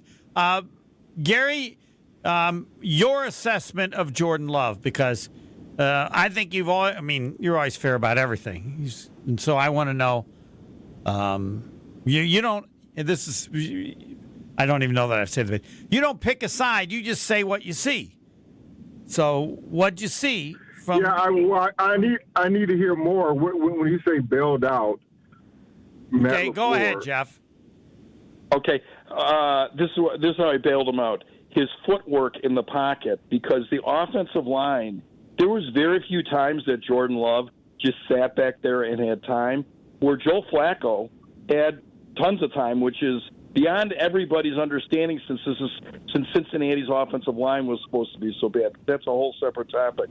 Jordan Love, his ability to use his feet, move around the pocket, and run for first downs, bailed out the offensive line. And I also think he bailed out the play calling because obviously people were not open. And through him ad-libbing and using his feet while he looked downfield, I think he was the difference in the game. How about that scramble on 3rd and 2? It was like in the second possession. And how many people did he make miss? And then they had the touchdown on the crowd. Well, what I'm trying to figure out, is he saying Matt LaFleur not a good coach? You know what, Gary? I think he's a very average coach. I do.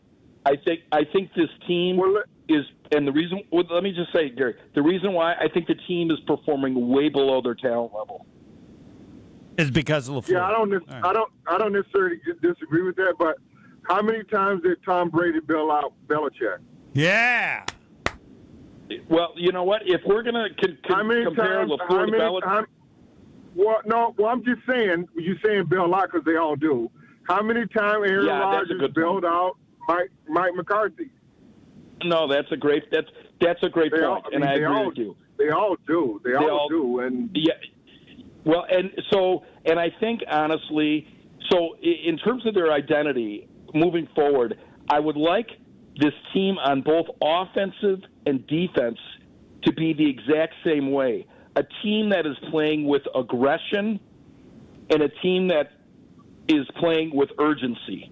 Those two things on offense and defense. And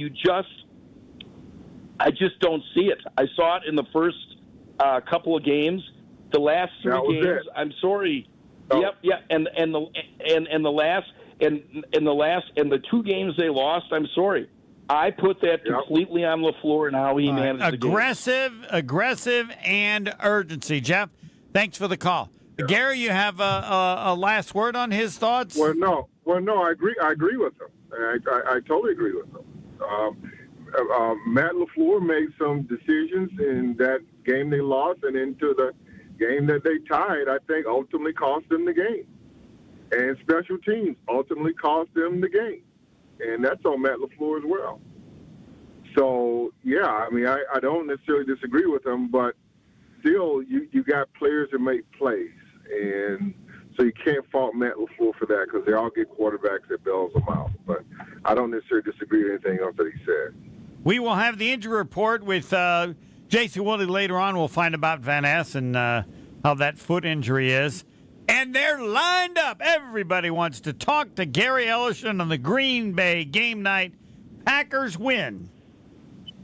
And they're now 3-1-1, 27-18. Arizona next Sunday, 3:25. Then the following Sunday, they're playing the Packers at Aaron Rodgers and whatever group of football players he wants to bring with him. They don't have a team. They're just Aaron Rodgers' team. That, again, is Sunday night in 2 weeks. You're next with Gary Ellerson. We're back with Green Bay game night after this on ESPN Wisconsin and 620 WTMJ. All you have is one chance after an accident, one decision on who to call, one shot to get the help you need. Don't waste it on the one offer you get from your insurance company. Make the one call to Gruber Law Offices. It's the only one you'll need to make. Call us today. Gruber Law Offices. One call, that's all. At Alpha Custom Apparel, we create standout corporate apparel and promotional gear that makes a lasting impression. Whether it's polos for your next conference, branded jackets for your sales team, or eye-catching giveaways for a client event, we've got you covered. We offer a concierge-like experience for businesses who want more. More customization, more creativity, more impact. From concept to delivery, we help brands big and small show up looking their best with speed, style, and attention to detail. Create with us today at alphacustomapparel.com. From the baseball playoffs to regular season football, Prize Picks is the best way to win cash watching our favorite teams. Which players are going off? Which ones are overhyped? Well, make your picks in less than 60 seconds and turn your takes into cash all season long on Prize Picks. Prize Picks is simple to play. Just pick more or less on at least 2 player stats. If you get your picks right, you could cash in. Prize Picks now offers stacks, meaning you can pick the same player up to 3 times in the same lineup. Prize Picks also offers injury reboots. If one of your players leaves the game in the first half and doesn't return, Prize Picks won't count it as a loss. Prize Picks offers Venmo, Apple Pay, MasterCard, and more for quick and easy deposits into your account this football season. Join millions of users. Sign up for America's #1 fantasy sports app. Download the Prize Picks app today and use that code WI to get $50 in lineups after you play your first $5 lineup. That's code WI to get $50 in lineups after you play your first $5 lineup. Prize Picks. It's good to be right. Get the beat of the Bucks straight from a fan favorite and Bucks legend. Welcome to the fantastic voyage. Marcus Johnson, the captain of this vessel. Tap into Here District with Marcus Johnson, a Bucks Plus audio production. My first mate, Chris Johnson, the only father and son tandem. Your weekly pulse on the Milwaukee Bucks and conversations with the biggest names in basketball. This week on the pod, Marcus and Chris go inside Bucks training camp. Find Here District now on bucks.com/plus, the Bucks app, or wherever you get your podcast.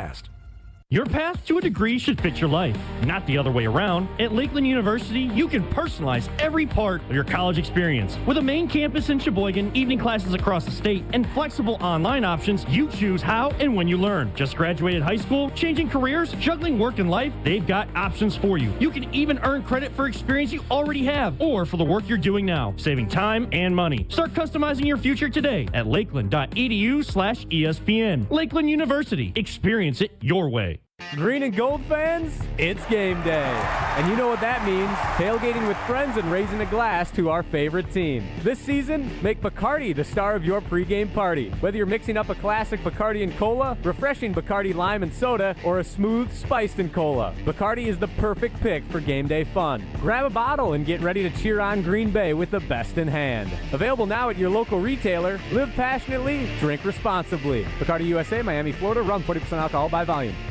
I've been to my fair share of green and gold games, and the best way to get there is with AccuTrans Group. At Good Karma Brands and ESPN Milwaukee, we use AccuTrans Group to get our partners to and from Green Bay, and it's always first class. From stadiums to concerts and tailgates, your game day fun starts the moment you step on board. Sit back, relax, and let their professional chauffeurs handle the traffic while you enjoy the ride. AccuTrans Group is Milwaukee's premier ground transportation, available 24/7 with sedans, SUVs, limos, vans, and buses. Book today at AccuTransGroup.com. You're listening to Green Bay Game Night on ESPN Wisconsin at 620 WTMJ. React to the game by calling the Carbless Talk and Text line, 800-990-3776. They are in line to talk with Gary Ellerson. I'm going to mention tomorrow. It'll be Gary Ellerson and Greg Matzik at Potawatomi. Potawatomi Sportsbook in Milwaukee has dozens of self-serve kiosks and over 2,000 square foot video wall, seating for over 200, full restaurant and bar, VIP deck, and more. It's a sports betting paradise. Bet above the rest. I say they should say it's a sports paradise, because even if you don't bet, it's fantastic. As nice a place as you've ever been to watch a sporting event. So, Potawatomi Sportsbook in Milwaukee, a sports betting paradise, and I would add a sports paradise. And you're there tomorrow from 6 to 8, right? Absolutely. With me and my good friend, Greg Matzik. You love that because you like doing a show the day after where people have maybe calmed down. And, for example, no one's saying what I said on the show before you came on, and that is I'm a little bit disappointed in Micah Parsons. Not a lot, but, like, did he play today? I expected there to be a player or two each game where you go, wow. And instead they go like, yeah, I watch it, and he's double-teamed. But, I mean, did I feel like Micah Parsons was on the field today? No, I did not. Al Parsons was on the field today. But maybe that's an overreaction. Maybe I'll feel different by tomorrow, but I doubt it. No, you won't. I mean, it's not an overreaction at all. But I just feel like the way they are playing him right now, I think it's easier to block him. I mean, they got him rushing. They got him rushing up the middle. Well, because to me, I just get him out on the edge and leave him there. Okay. They got him moving around all over inside and all that kind of mess, and it's easier to find him and block him once he's in the middle like that. You can double, triple team. What's got to happen is Rashawn Gary and these other guys, Lucas Van Ness, those guys got to win one-on-ones, and they're not doing that. And so, therefore, the Micah Parsons effect is not really in effect until all these other guys start doing their jobs. Or if I had it my way, put him out there in that wide nine and let him go get the quarterback. And they're not doing that. They're being too fancy with him. And we have Mitch. Mitch in Burlington. You're on with Gary Ellerson. Let her fly. Green Bay Game Night. Millions are listening or watching on YouTube. Hey, guys. So I'm going to start here. All right. I think back to Jordan's first year starting and after the Pittsburgh game. And it turned out after we learned that was when LaFleur took the training wheels off, and we just let that offense, just let it go. And I think we've got to get back to that. That's what I want to see. I feel like everything is just check down. It doesn't, there's just not a lot of flow. And I know it's come from play action, and they talk about how Jacobs doesn't like those runs, whatever it is.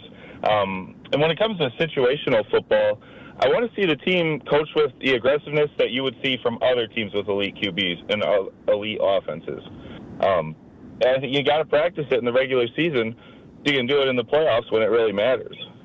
And the defense has got to, the corners have got, and what happened in the second half? Tell us what happened, Mitch, in the second half when the old man had a quarterback rating of 107.9, and somebody tell me what his quarterback rating was in the first half. I went to the Institute. I'll bet it was 30. How does that happen against a good defense? I don't blame the pass rush too much because the quarterback's getting rid of it so quick. The linebackers and corners got to play tighter, knowing that he's not going to have a lot of time to get rid of it. We got to force a turnover. That's about all I got. But this team, they're looking like another wild card team, 10-win team. All right, thanks for the call. Thanks, guys.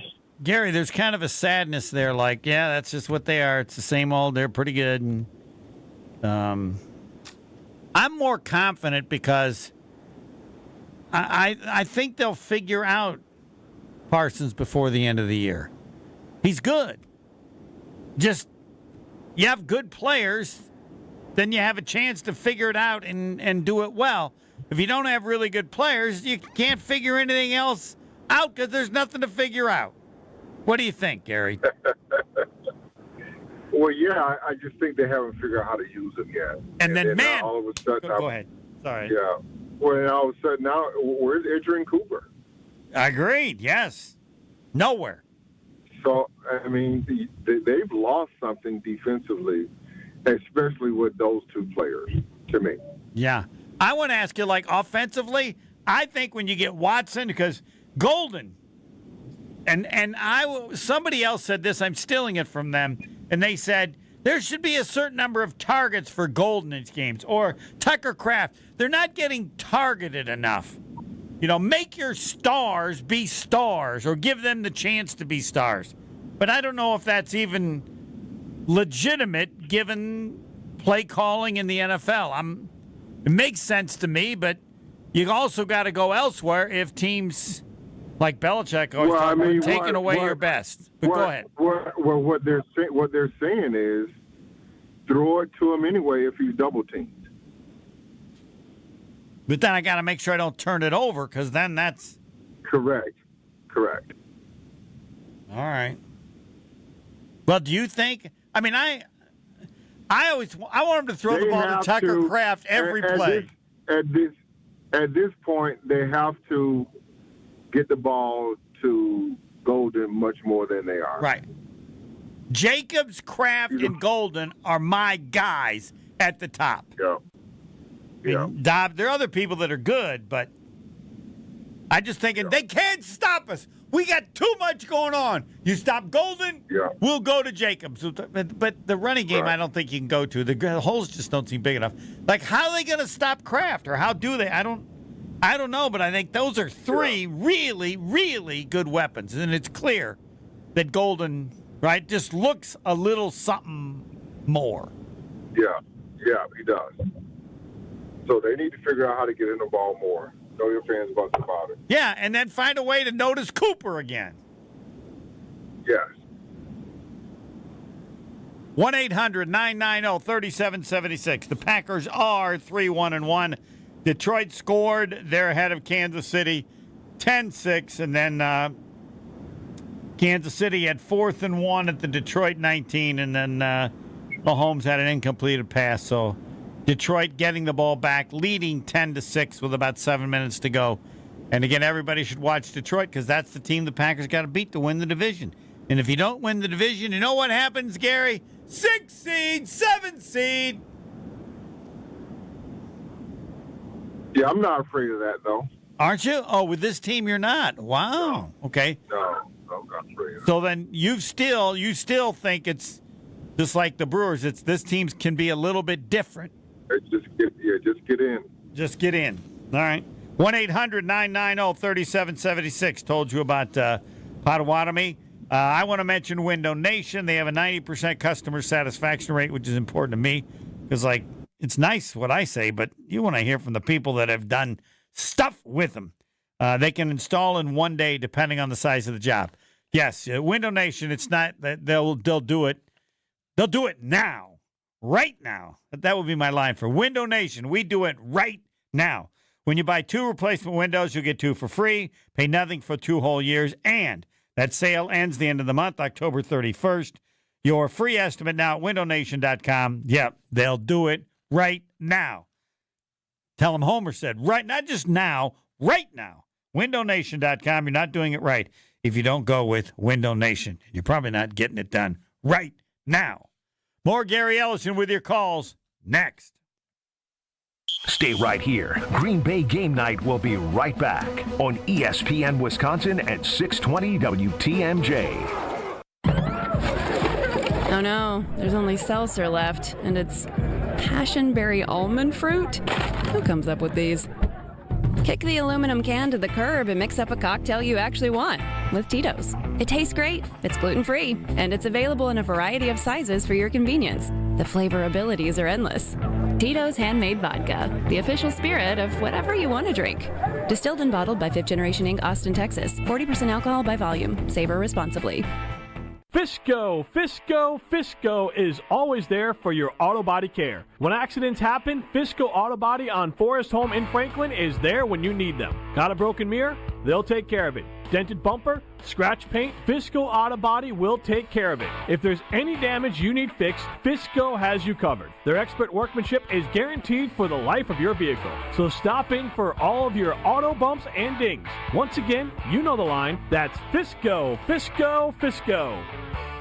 This is Kevin Moret from Mentality. Every day is a silent competition, and with testosterone dropping 1% annually, you're fighting an uphill battle. Your colleagues notice when you lose your edge, your partner senses when your confidence wavers, and without addressing low T, you're set up to fail. No willpower can overcome this hormonal deficit. Mentality's FDA-approved treatments have shown a 30% increase in testosterone levels. Don't let low T define you. Reclaim your power at mentalityhealth.com/radio. That's mentalityhealth.com/radio. At Heart of Canal Street, for over 30 years, our hearts have been set on making a difference for children in our community. Now through December 10th, we invite you to share your heart by playing the Canal Street Bingo game at Potawatomi Casino Hotel, Milwaukee. Every time you play this special bingo game, you're helping to raise funds for children's charities in southeastern Wisconsin. Learn more at potawatomi.com/heart. Hi, this is Michelle Vasco, CPA and team member at the Neal Group. So you filed your return and owe the IRS money you can't pay, or you haven't filed a return for years because you are afraid you will owe the IRS. Whether it is income taxes, payroll taxes, or sales tax, we can help. Often we can file back tax returns and get your refund. We negotiate payment plans with the IRS or settle with the IRS for sometimes pennies on the dollar. We get the interest and penalties reduced, which are many times greater than the original tax owed because so much time has passed. Stop the sleepless nights and worrying they will wipe out your bank account and garnish your wages. Your situation will not go away if you bury your head in the sand. The first meeting is free. Call now, 414-325-2040, or visit nealgroup.net. You earned it. We help you keep it. That's 414-325-2040 or nealgroup.net. We all have someone we know or love that has been affected by some form of cancer. No matter how well you love and support them and try to be there for them, you can never really know what a person is feeling after hearing the words, "You have breast cancer." Only another person that has been through this experience can really understand what it feels like. ABCD, After Breast Cancer Diagnosis, is a Milwaukee-based organization known around the world. When someone calls ABCD, they are matched with a mentor who is a breast cancer survivor of similar age and has the same type of breast cancer who can provide hope when people need it the most. Kessler's is excited to announce that we've designed 3 new Hope pendants to honor breast cancer patients, survivors, thrivers, and caregivers. 100% of the net proceeds, along with an additional donation from Kessler's, will support ABCD when you purchase the symbol of hope. You can find a link with more information about ABCD, along with all 3 modern designs starting at just $75 in sterling silver and $598 in gold, online at KesslersDiamonds.com. This is Green Bay Game Night on ESPN Wisconsin at 620 WTMJ. Call the Carbless Talk and Text Line, 800-990-3776.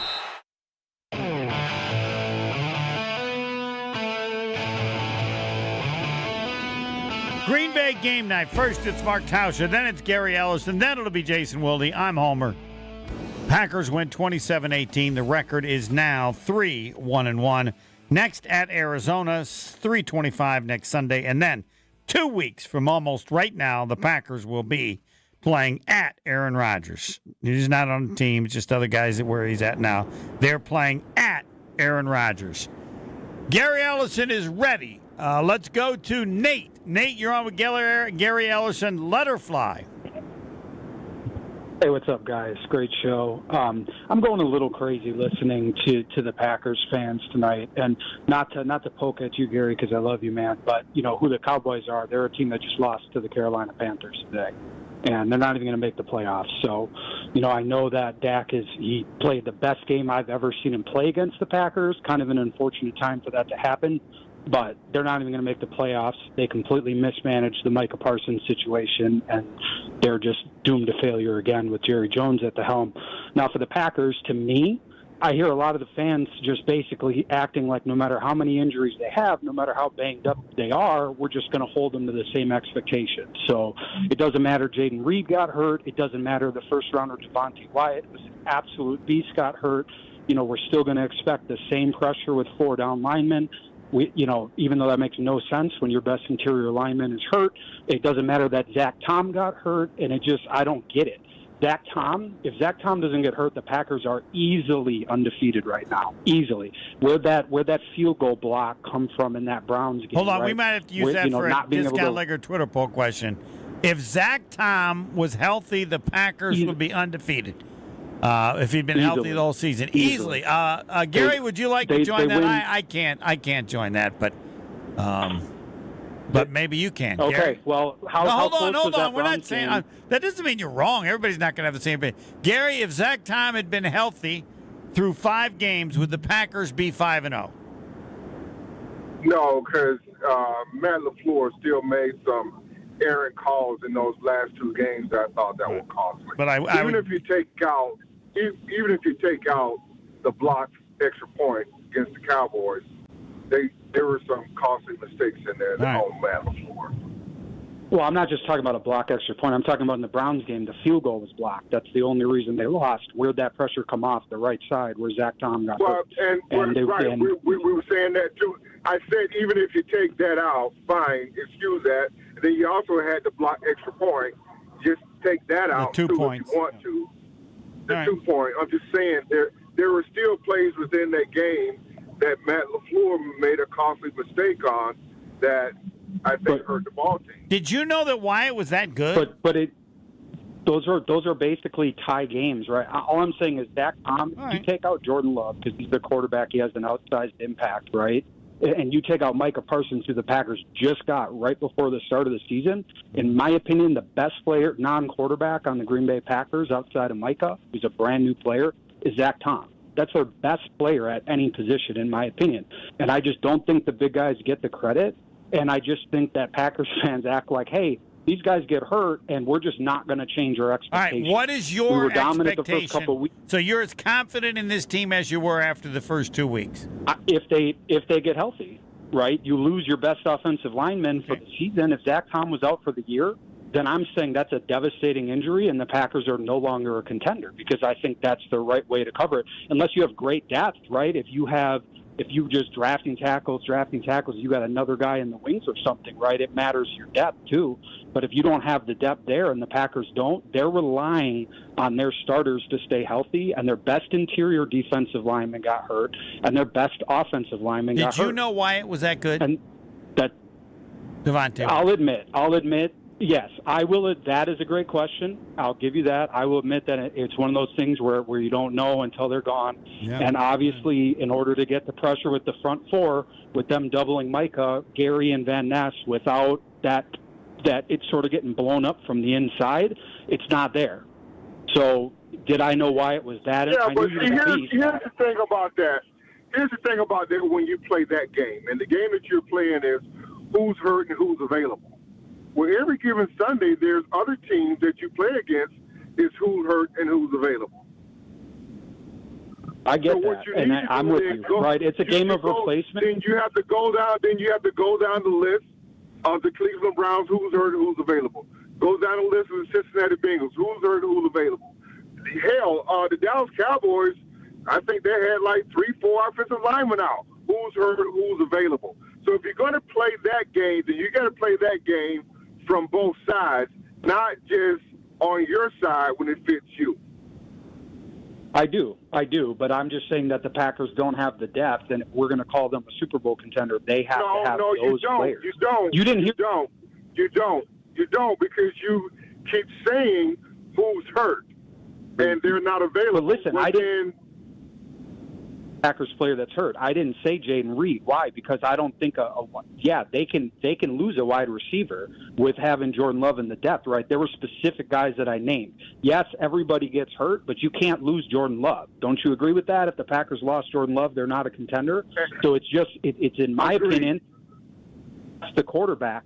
We'd all agree you can't lose the quarterback, but it's how much the other guys matter. Your best interior defensive lineman, your best offensive tackle, you can't lose those guys. That's what I'm saying. But I'm with you. I do agree with you. You all made some great points. You didn't say the quarterback, though, but what's your point? You didn't say the quarterback. You started talking about Devontae Wyatt. You started talking about Jaden Reed. You started talking about Christian Watson. You started talking about Zach Tom, Jordan Morgan. I mean, all those guys are hurt, but the teams that you're playing, they have players that are out too. But I'm saying Jaden Reed is a guy you can lose a receiver, right? They lose Christian Watson every year. They lost Jaden Reed. They still don't have Christian Watson in there. You can lose some receivers. Jordan Love can overcome that, but you don't have the depth on the interior of your defensive line, and you don't have the depth on your offensive line. When they put Jordan Morgan in, it matters about who comes in when your guy gets hurt. If you have the depth and they can still play, then you might survive that, right? But did you watch Jordan Morgan when Zach Tom got hurt? He was a first-round pick. He should have been in there and been able to play. He was getting owned, right? When Valentine's been out there, he's been getting owned. Sometimes it can take a while, but yes. All right, I want you to answer, both of you to answer this question. The Packers only sacked the Bengals one time, and it wasn't Micah Parsons. It's the fewest sacks the Bengals have allowed in a game this season. And my answer to that is it's easy. Joe Flacco. You got a guy out there who's going to release the ball so he's not sacked. Is it? I mean, I'm almost appalled by that stat, not mentioning if you had the same person at quarterback, be one thing. He was going to make damn sure he didn't get sacked, right? That's what I saw. They didn't and they didn't put up very many points as a result, right? Joe Burrow might have taken 3 or 4 sacks, but they probably would have scored 40 points on us and won if they had Joe Burrow in there. Remember, the Bengals have the best number 1, number 2 receiver duo, T. Higgins and Chase. Yeah, they probably would have scored 40 and beat us. Gary, what do you think about stats that don't factor in the quarterbacks you got when they put them out? I didn't hear you. What is that? Were the Packers horrible at getting quarterback sacks on the Bengals since it was the fewest they've allowed in a game this season? I said no. They don't have some. No. They got an old guy there who's smart enough to get rid of the ball so that he doesn't get sacked. Well, that's the game plan. Right. From what you saw the last time Flacco was at quarterback, they getting rid of the football. All right. Then we agree. All right. Nate, thanks for the call. Do it again. 1-800-990-3776. And what I like is that people bring up different things. Like it might be, or of all this season, the part that surprises me is I just didn't think Devontae Wyatt was that good. Now, maybe he's become better because of the change. You don't have Clark back there, but they do seem to miss him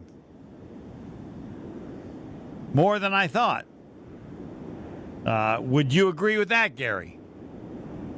Yeah, that's what it sounds like. And but it's a little early for you on that, too. Yeah. It is. A little more. It really is, yeah. All right, now we're going to take a break, and then we're going to get to stats.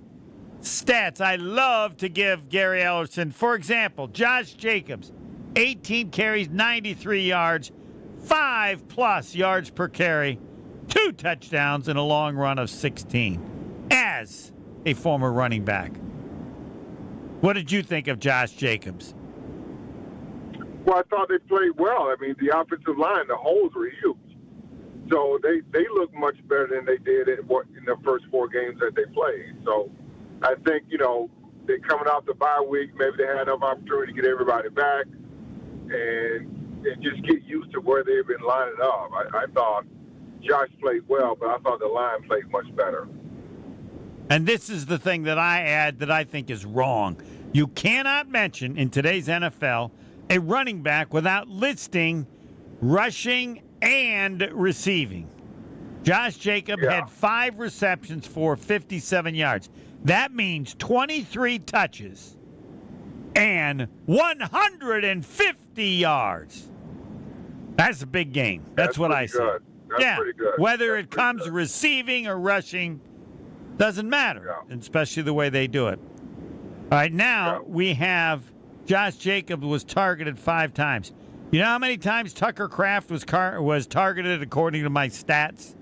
Tucker Kraft. How many? 2. How many times? 2. He was targeted twice. He had 2 catches for 43 yards.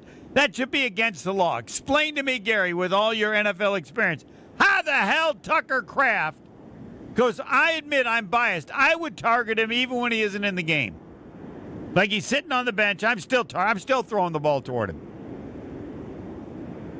Yeah, it just feels like the Packers right now are not really force-feeding anybody. Yeah. The days of Devontae Adams is over.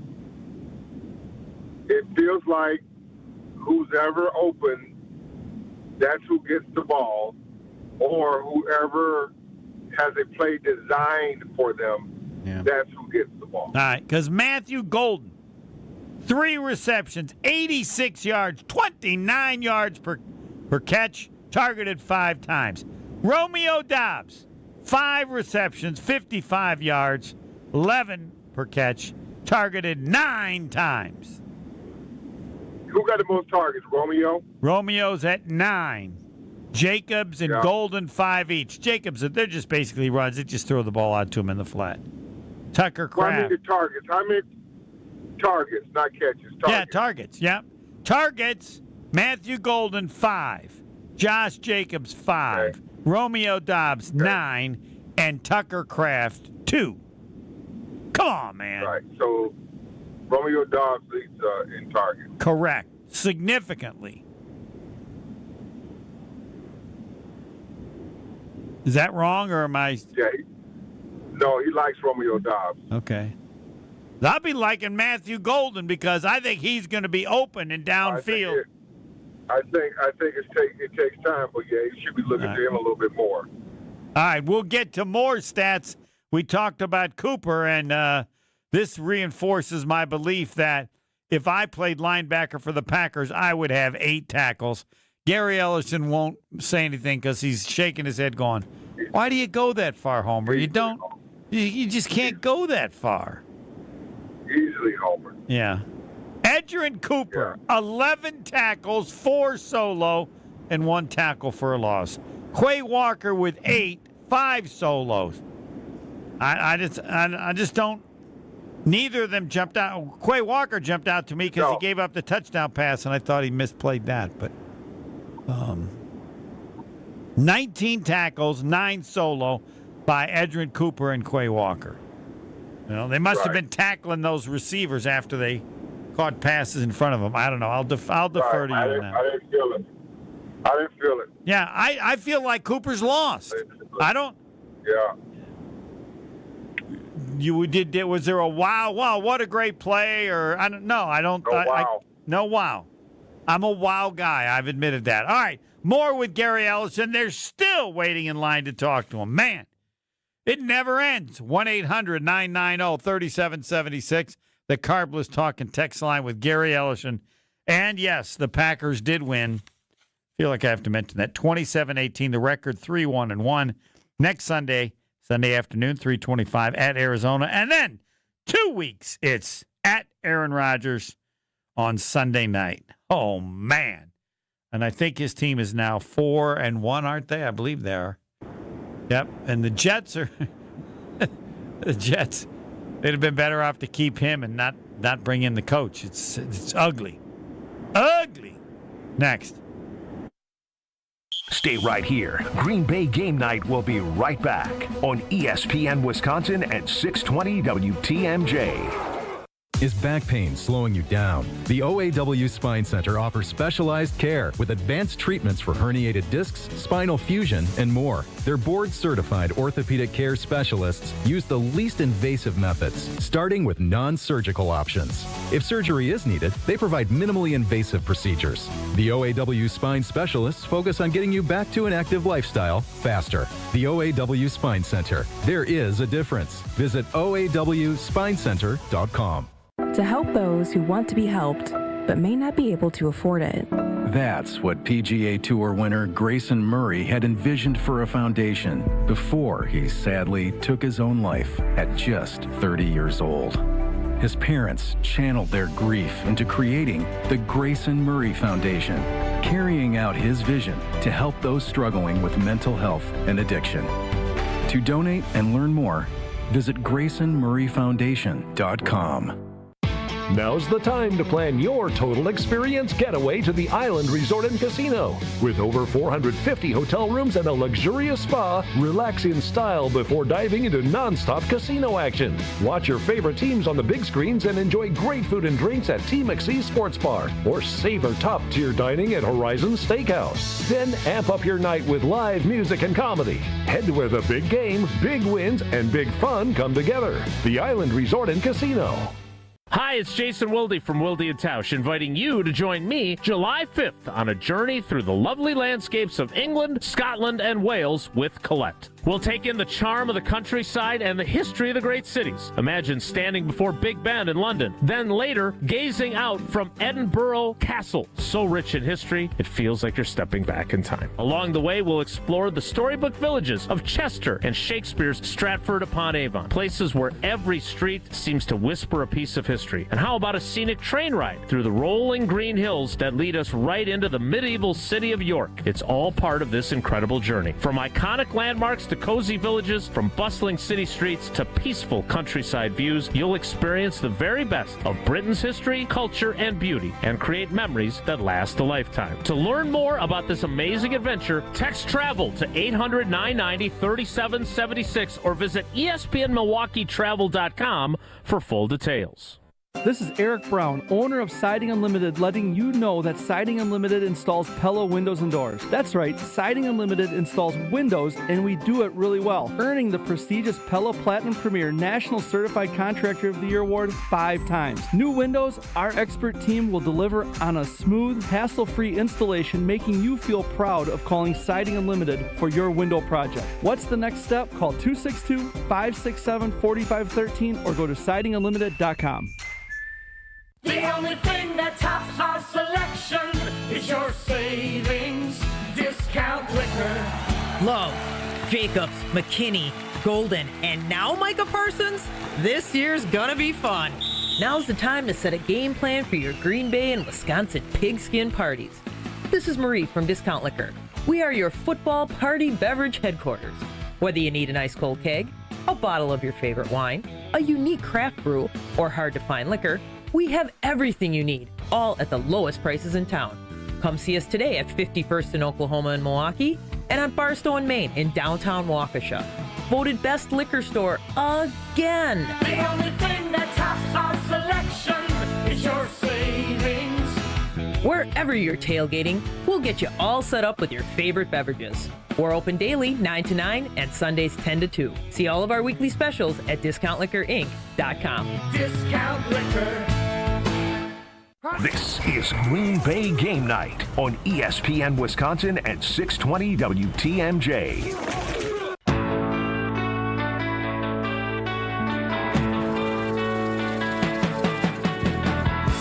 Gary Ellerson. First it was Mark Tauscher, now Gary Ellerson, then it'll be Jason Wilde. Green Bay Game Night. We have a Bengals fan, Keelan, our first Bengals fan on Green Bay Game Night. You're on with Gary Ellerson. Let her fly, Keelan. Hey, how are y'all doing today? I mean, y'all got the win, actually, so y'all should be feeling great, I would think. But it sounds like y'all aren't happy. What do you mean? You're a Bengals fan? You know how pathetic you've been since your quarterback got hurt, right? Real quick. Yeah. Okay. Now, here's the thing. This is what I wanted to, push back on real quick. It sounded like despite the fact y'all did win by 2 scores against us, it almost sounds like y'all lost. And the thing is, this team is honestly way more dangerous than people give it credit for. Now, the last 3 weeks, we've been playing awful. I'm not going to deny that. We have been pitiful. But that was honestly because we had Jake Browning behind us, who would give up the ball at our own 30. And then now all of a sudden, what's the defense supposed to do at that point, you know? They're tired. We're just giving up the ball over and over again. So you would have warned everybody how much better the Bengals would be with an old man at quarterback. I honestly, yes. I would say that. Oh, real quick, I just want to give just a quick shout-out to the fans. I was at the game at Lambeau. Had a great time. All of the Green Bay fans were so nice to me, and we had a great time, and I just wanted to give a shout-out to them all for that. But Gary, anyway, do you have anything for our Bengals fan? Tauscher said that people at the game, he thought Bengals fans were elated that it was almost like they won the game. I didn't say that. I didn't say you did, but that's what he did. Do you feel like you won the game even though you didn't because the season's not over and that your old man quarterback might actually make the team decent and you'll have a chance for something? This is what I'll say about the Bengals in my current feeling of this, and I'm sure I'm going to feel differently tomorrow and the next day. But my current feeling of this is the season doesn't feel completely lost right now for us because now we do have the old man behind there, and the thing is, technically, Burrow can still come back technically in the last 2 weeks. And the thing is, if Flacco can get us to about 500, which is definitely possible, if he can get us back to 500 and then the timetable is looking 3 or 2 weeks left in the season, there's a chance. There's a chance. I'm willing. Okay. Yeah, there's a chance. But also, I wanted to real quick say, though, another thing I wanted to say with how dangerous the team can be, even with the old man behind there. One thing I would. By the way, I got to interrupt you. Then I'm going to let Gary answer. The NFL has stated that, given his age, he must be described as a Old Testament starting quarterback, because back in the Old Testament, people lived to be very, very long time, and that would be appropriate so that people don't make fun of him for being old. He's old, but Old Testament old. What do you think of that, Gary? Yeah, he's old. Who was the oldest guy you played with and that you remember thinking, either with Green Bay or Detroit, the dude is old? I mean, they're still good, but it's like... Joe Ferguson. Yeah, the quarterback. Right? Yeah, I called Joe Ferguson when I played for the Lions. And you can just tell they're old because they do everything slowly, or what? What's the tip-off on old? Well, no, because I remember watching Joe Ferguson. Play for. He's with Buffalo. Yes. With OJ and all that. Yeah. Okay. All right. Do you have any question or comment for Keelan, our Bengals fan? Do you want to set him straight, or? Well, thanks for calling, buddy. Appreciate it. And Green Bay fans are great. It is a different place. It's like you're in some little town, right? I mean, I haven't traveled to all the different parks. Are you still there, Keelan? Yeah, I'm still there. So do you feel it's different in Lambeau Field just because of the size of the town or what you're surrounded by as you go to the stadium, but maybe not? I think there is. There's definitely a different spirit or just a different vibe at Lambeau than other stadiums I've been in. I mean, I would definitely say it's definitely different than Paycor Stadium in Cincinnati. It definitely feels a lot more different. But and I mean this all in a very good way. I had a very positive experience at Lambeau, and I think it probably is because of that small town. You know what I mean? That sort of small town feel with a big stadium there. You got a picket fence right across from Lambeau Field. You don't got that any other NFL thing. Gary, that's. No, you scared them. Yeah, I mean that's what people. I've never heard of anybody having a bad experience at Lambeau Field. Gary? Well, because for most people, sports fans a bucket list. That's true, yeah. But it's a good bucket list. You have it as a bucket list, but then when you go, you think, yeah, this place is good, right? You don't go, I can't believe I thought this was a bucket list. It lives up to expectations, correct? Yeah. 100%. 100%. Well, yeah, you got the Old Testament old man, so he's not as old. I mean, when you're 200 years old in the Old Testament, I'm not even sure that's old. I'll have to get my Old Testament age guy. Keelan, thanks for taking the time to call in. And Can I say one more thing real quick? Sorry, I don't mean to. I just as long as Gary says you can, you can. This is the Gary Ellerson homework. Yeah, go ahead. Yeah. Go ahead. Thank you. I was also going to state though, of just like, sorry, I was also going to state though that incredible catch from Jamar Chase, touchdown catch. One of the best things I ever got to see in a live event. But also the thing is, just to help give you all some more perspective, we have probably the best wide receiver in the NFL. And if we didn't have that, another thing is this is probably a different game. Y'all probably win like 27-10. And, and you all, you know what I mean? I'm just trying to give more like points for my Bengals players. You think Chase is the best wide receiver in the NFL, right? 100%. 100%. I'll stand on that. All right. Thanks, Keelan. Jamar Chase, 10, thank you so much. 10 receptions for 94 yards. He was targeted 12 times. I checked with Tucker Kraft. He gets targeted 12 times in a month. Jamar Chase with 12 targets. Wow. Higgins got 8. Those two got 20 of the 40 targets. Whew. And to be fair, Gary, they deserve it, right? There's no... As well as they should. As well they should. All right, we're going to break. Final segment with Gary Ellerson. We've got comments from people on YouTube, and maybe he'll just want to leave us with his closing thoughts as well. The last segment with Gary Ellerson next. Stay right here. Green Bay Game Night will be right back on ESPN Wisconsin at 620 WTMJ.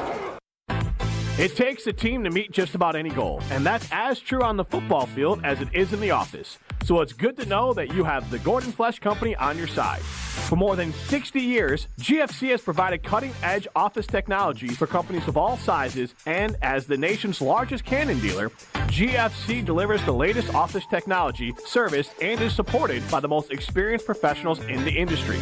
That's business technology managed. Visit gflesh.com to learn more.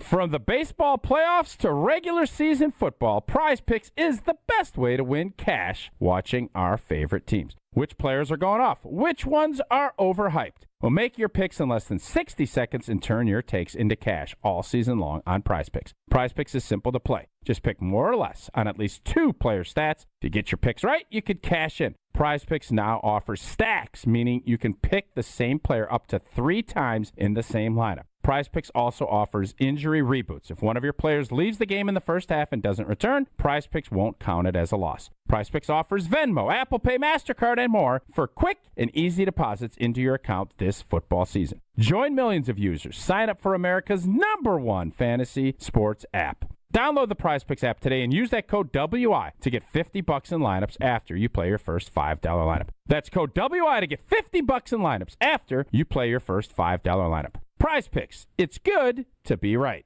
Your path to a degree should fit your life, not the other way around. At Lakeland University, you can personalize every part of your college experience. With a main campus in Sheboygan, evening classes across the state, and flexible online options, you choose how and when you learn. Just graduated high school, changing careers, juggling work and life, they've got options for you. You can even earn credit for experience you already have, or for the work you're doing now, saving time and money. Start customizing your future today at lakeland.edu/ESPN. Lakeland University. Experience it your way. The holidays are here, full of joy, family, friends, and yes, a little hustle and bustle. That's why you need Aleve. Between cooking, shopping, and all those extra errands, aches and pains can sneak in. Aleve is here to help with long-lasting body pain relief. Don't let body pain slow you down. With up to 12 hours of body pain relief per dose, you can keep up with the season's magic and all that awaits. Pick up Aleve and get back to what really matters, making memories. Use as directed. Think Verizon, the best 5G network, is expensive? Think again. Bring in your AT&T or T-Mobile bill to a Verizon store, and we'll give you a better deal. Now, what to do with your unwanted bills? Maybe turn them into paper airplanes headed to See Ya Never AT&T and T-Mobile. Jokes aside, the best 5G network has you covered with the most ways to save on plans, streaming, and phone deals. So bring in your bill to your local Verizon store, and we'll give you a better deal. Rankings based on Root Metric True Score report dated 1H 2025. Your results may vary. Must provide a postpaid consumer mobile bill dated within the past 45 days. Bill must be in the same name as the person redeeming the deal. Additional terms apply. The dance of sunlight on water. Shimmering, sparkling, beautiful, hypnotic.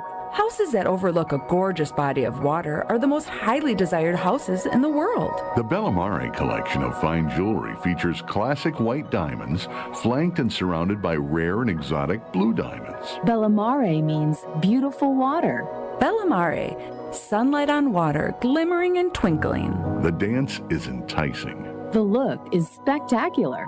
The impact is exciting. Blue and white diamonds created in the heart of Mother Nature. Will dance and sing on the body of a glittering, sparkling woman. Bellamare. This blue and white beauty of sunlight on water should be worn on the fingers, the wrist, the neck, and the ears of the woman you love. The Bellamare collection is available only at Kessler's. We do diamonds better because diamonds are what we do. For the location of the Kessler's nearest you, visit KesslersDiamonds.com.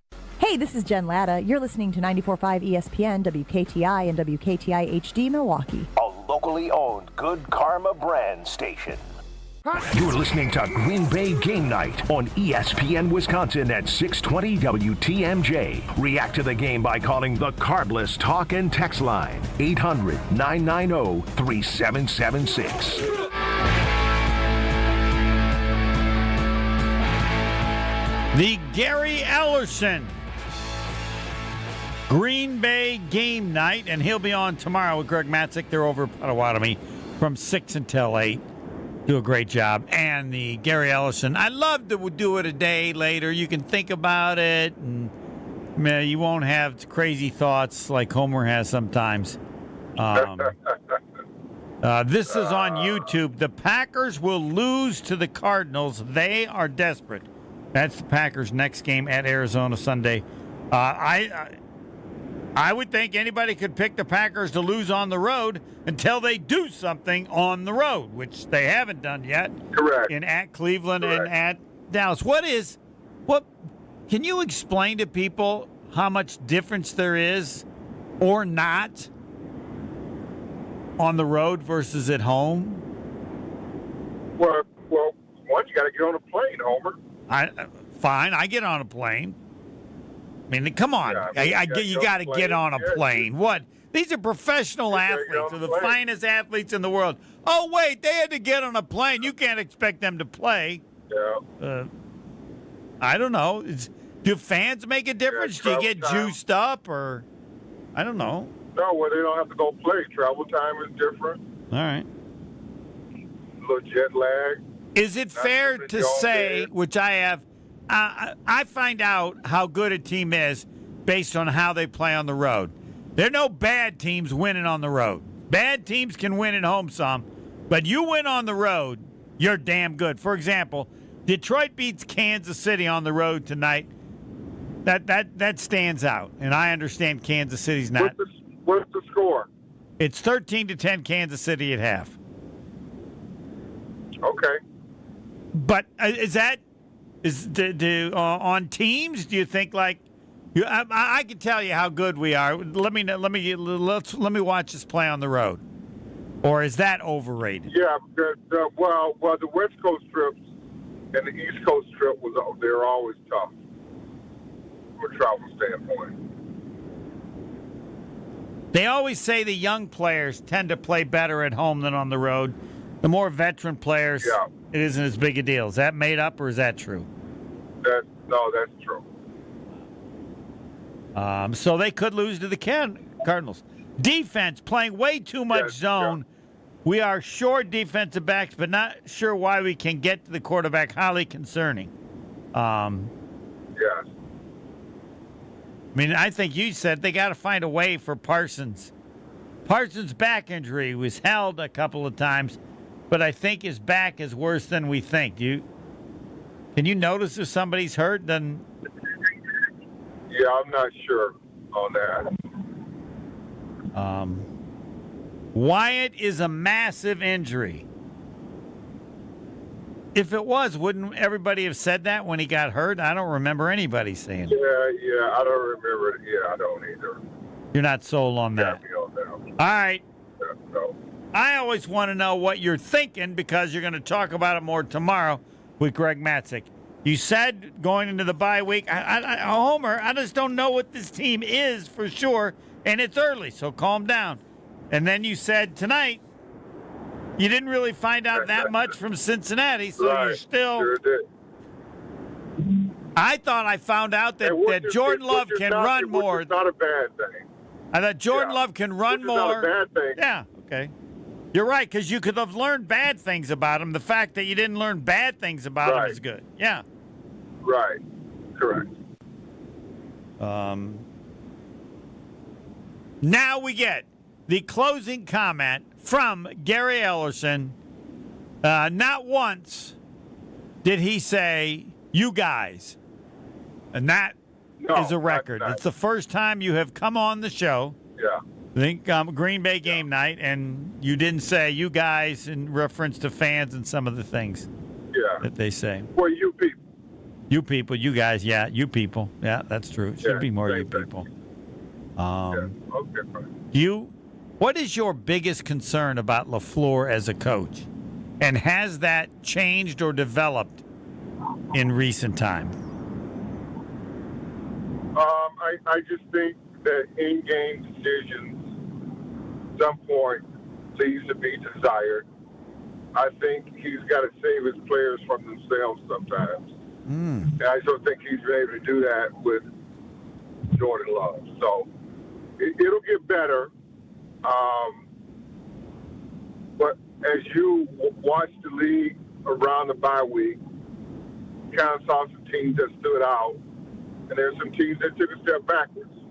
The Green Bay Packers, most certainly after the bye week, did not take a step backwards.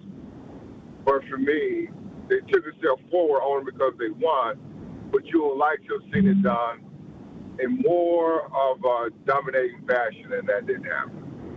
Yeah, I don't know. As I said, you'd have to say maybe Jacobs because he had 150 yards in running and receiving. And we both said this last year. We thought that Jordan Love's hurt because he didn't run the way we know he can run. Tonight, he looked like this afternoon. He looked like. But tonight he said that tonight in his press conference. Oh, he did.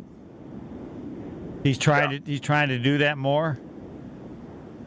Looking to run more because he's healthier. Oh, just because health, or not like, because if he didn't mention the healthy, I'd be going like, what? It doesn't make any sense. No. Like this isn't you went and got a new body. No, you know who you are, and I'm sure throughout his career, he's felt comfortable running when he has to. But he's a quarterback first. He's a throwing quarterback. I throw to make a living. I run when I have to give me more time to throw. I have to. Right? Correct. Yeah. Would you like to join Sugar Free, who says the Packers are going to win 13 regular season games? I don't think there's a chance in the world. Yeah, I'm not there yet. Do you have a final thought you want to leave us with? I just gave you my final thought. Oh, that's true. You always seem to have, you might, or not always seem, sometimes you have something else that I interrupt, and so you don't get a chance to get to it. Oh, no, now I had a question for you. All right, Xavier McKinney. Like, these defensive players, shouldn't you notice them in games? Like, I thought maybe he could have made the interception when they got the last touchdown pass. He was a little late getting over there, but maybe he wasn't late. Can you still be playing well if you never mention the name? We don't seem to be mentioning him often this year. Is anybody getting past him? No. I would agree. I would say that. No. There you go. Oh, and the question that I posed up. So, yeah, it basically wasn't your thought. I said if the new guy, Lucas Haversick, doesn't make that field goal at the end of the game, Packers lose the game. I believe that Cincinnati would have gone down. So you're okay with that as being a reasonable position? I'm in on that. Yeah. And you know what he said after the game? Like, until the Packers called, he's living in Cleveland looking for a real job to be like a substitute teacher. Come on, man. Yeah, he's going to be a sub. Substitute teacher. You're a kicker in the NFL. That means his career. For those of you who want to look him up, Lucas Haversick, his entire career, other than for the Rams, have been on practice squads. He's been on like 6 different teams' practice squads, but never actually played other than a couple kicks he had for the Rams. And he's going to be did he go to UW? Did he go to UW Stout? No, he went to Arizona. Oh, Arizona. That is pretty good. He's going home. Yeah, so like you were going to be a substitute teacher, and you hit what was really the game-winning, could have been the game-winning field goal for the Packers. Substitute teacher. I want to tell Lucas, you can do better than that. Come on. Were you ever a substitute teacher? No. No, I didn't think so. How many NFL players have been substitute teachers? I'm guessing very few. What do you say? Very few. But Lucas, he was looking for a regular job. Somehow I think it's going to work out all right for him. All right, Gary, tomorrow 6 to 8 with Matzik. Thanks again, as always. All right, bud. Thanks for having me. You bet. Let's get to Arizona. Yes, got it. Well, I'm not going to say gotta. I'm not sure this team is worthy of gotta anything. It's a gotta. You gotta. At Arizona, at Pittsburgh, Carolina, Philadelphia, I'd like 3 of those 4, but probably take 2 and 2. We'll discuss it next week. Thanks, Gary. All right, bud. Gary B. of Potawatomi, 6 to 8 with Greg Matzik tomorrow. Jason Wilde next. Stay right here. Green Bay Game Night will be right back on ESPN Wisconsin at 620 WTMJ. This is Matt Meitner, owner of Sit Means Sit Dog Training. Do you find yourself talking to your dog but feel like she's not listening to you? Bella, sit! Are you constantly repeating yourself but she's not following your directions? Sit! Sit! Frustrating, isn't it? At Sit Means Sit Dog Training, we want to help you have a happy, confident, and obedient dog, and we also want to make the training process an enjoyable and worthwhile experience. Contact Sit Means Sit today to schedule a free consultation so we can create a customized training program so you are able to have the dog you want and deserve. Sit Means Sit Dog Training. Sorry, we don't train husbands, wives, or kids. It's a bird bash at Potawatomi. Thursdays, you could win up to $50,000 cash in the Bird Bash game show. Just play with your rewards card this October for a chance to win. Wouldn't you like to rake in a huge pile of cash? Bird Bash, only at Potawatomi Casino Hotel, Milwaukee. More info at potawatomi.com/birdbash. Must be 21 years old to play. Life's better with American Family Insurance because we know you love working weekends. If it means working on your dream home, both inside and out. And we're here to help protect those dreams so you can enjoy peace of mind. Save up to 40% when you bundle home and auto. American Family Insurance.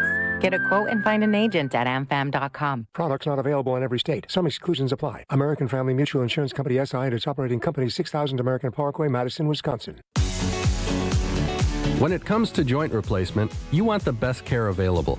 The Orthopedic Surgery Center in Pewaukee is a leader in joint replacement, offering same-day surgery with advanced technology. Their team of experts specializes in knee, hip, and shoulder replacements, using the latest techniques to minimize pain and recovery time. By choosing them, you're choosing a center focused on providing specialized care tailored to your needs. The team at Orthopedic Associates of Wisconsin can get you back to what matters, living pain-free. And their prices are more affordable than urgent care or the ER. And they'll send a full report to your primary care doctor. Why wait at the ER? Walk in to Ortho ASAP for faster, more affordable care.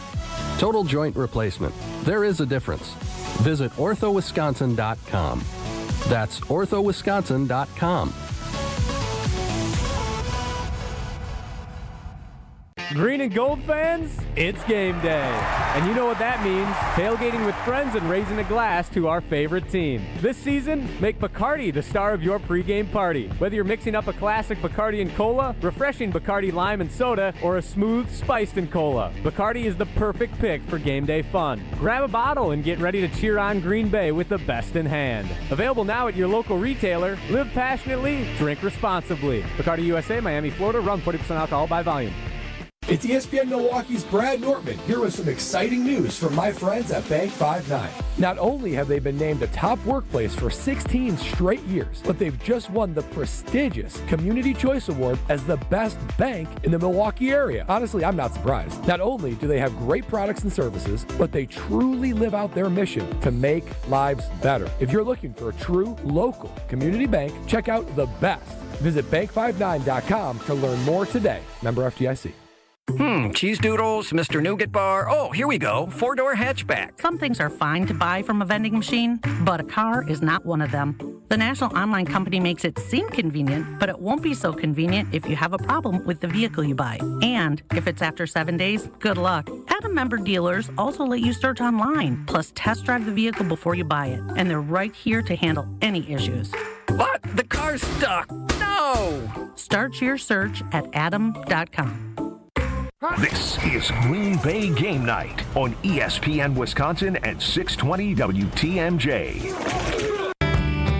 To say, put the past away. I wish you would step back from that ledge, my friend. You could cut ties with all the lies that you've been living in. And if you do not want to see me again, I would understand. Green Bay Game Night with Mark Tauscher and Gary Ellerson. And now we get to Jason Wilde. So everybody's asking about Van Ness and always want his thoughts on if it's changed his view of this year's team at all. Good evening, Jason. Hello, Falcon. How are you? I'm good. Packers won 27-18.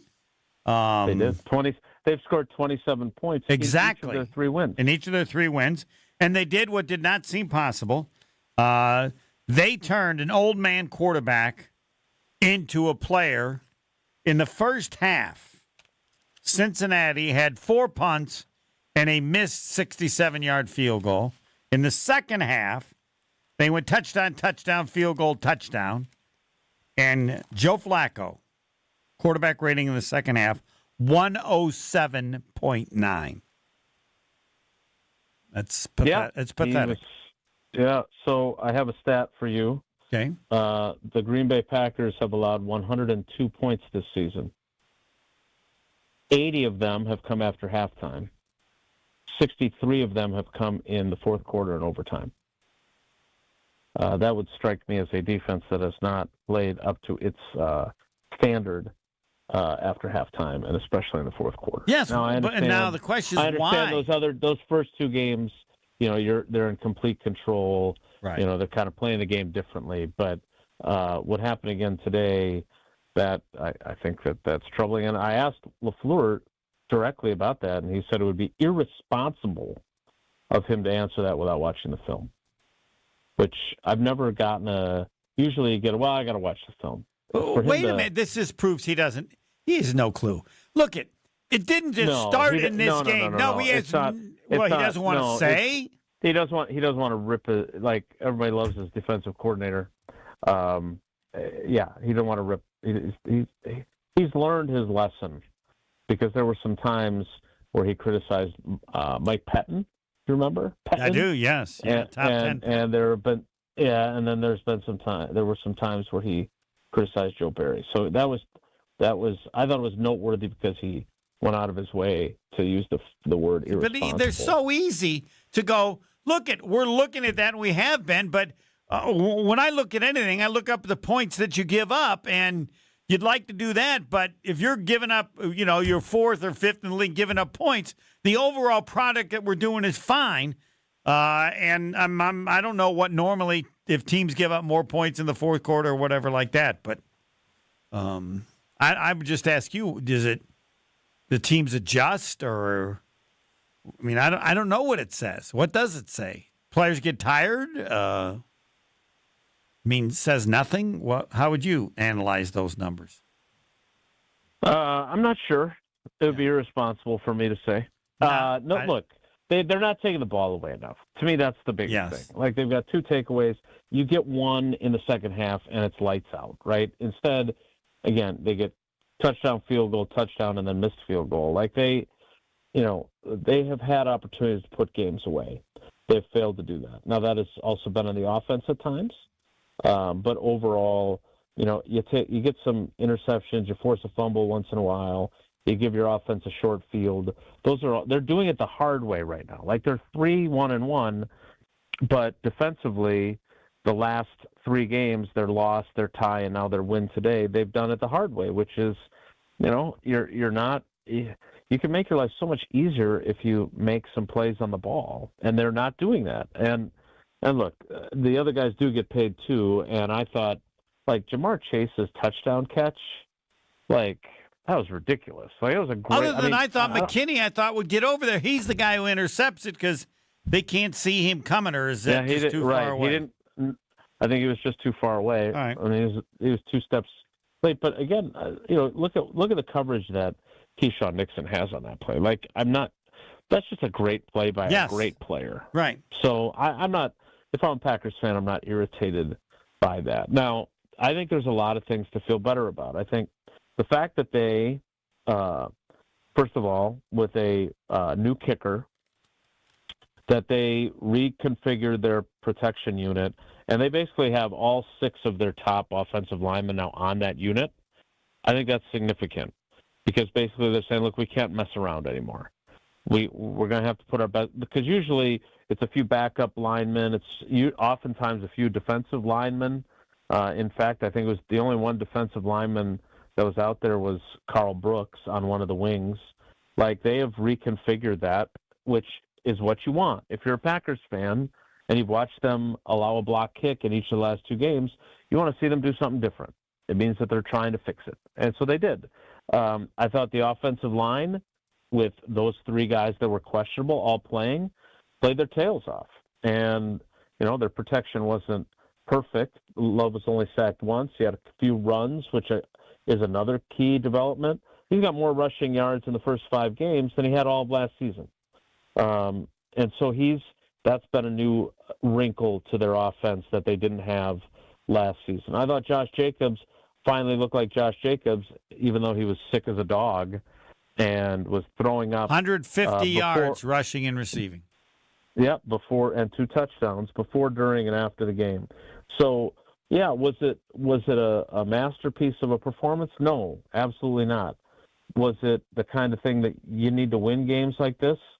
Yes. And were there lots of things that you walk out of here going, okay, there are encouraging signs about this, that, and the other thing that were not there before? I mean, their running game this season has largely stunk. They got it going in the second half in Dallas, but that was basically it. And today, it was effective. And so there's value in that. Whether or not this is going to be something that they can sustain, we'll have to wait and see.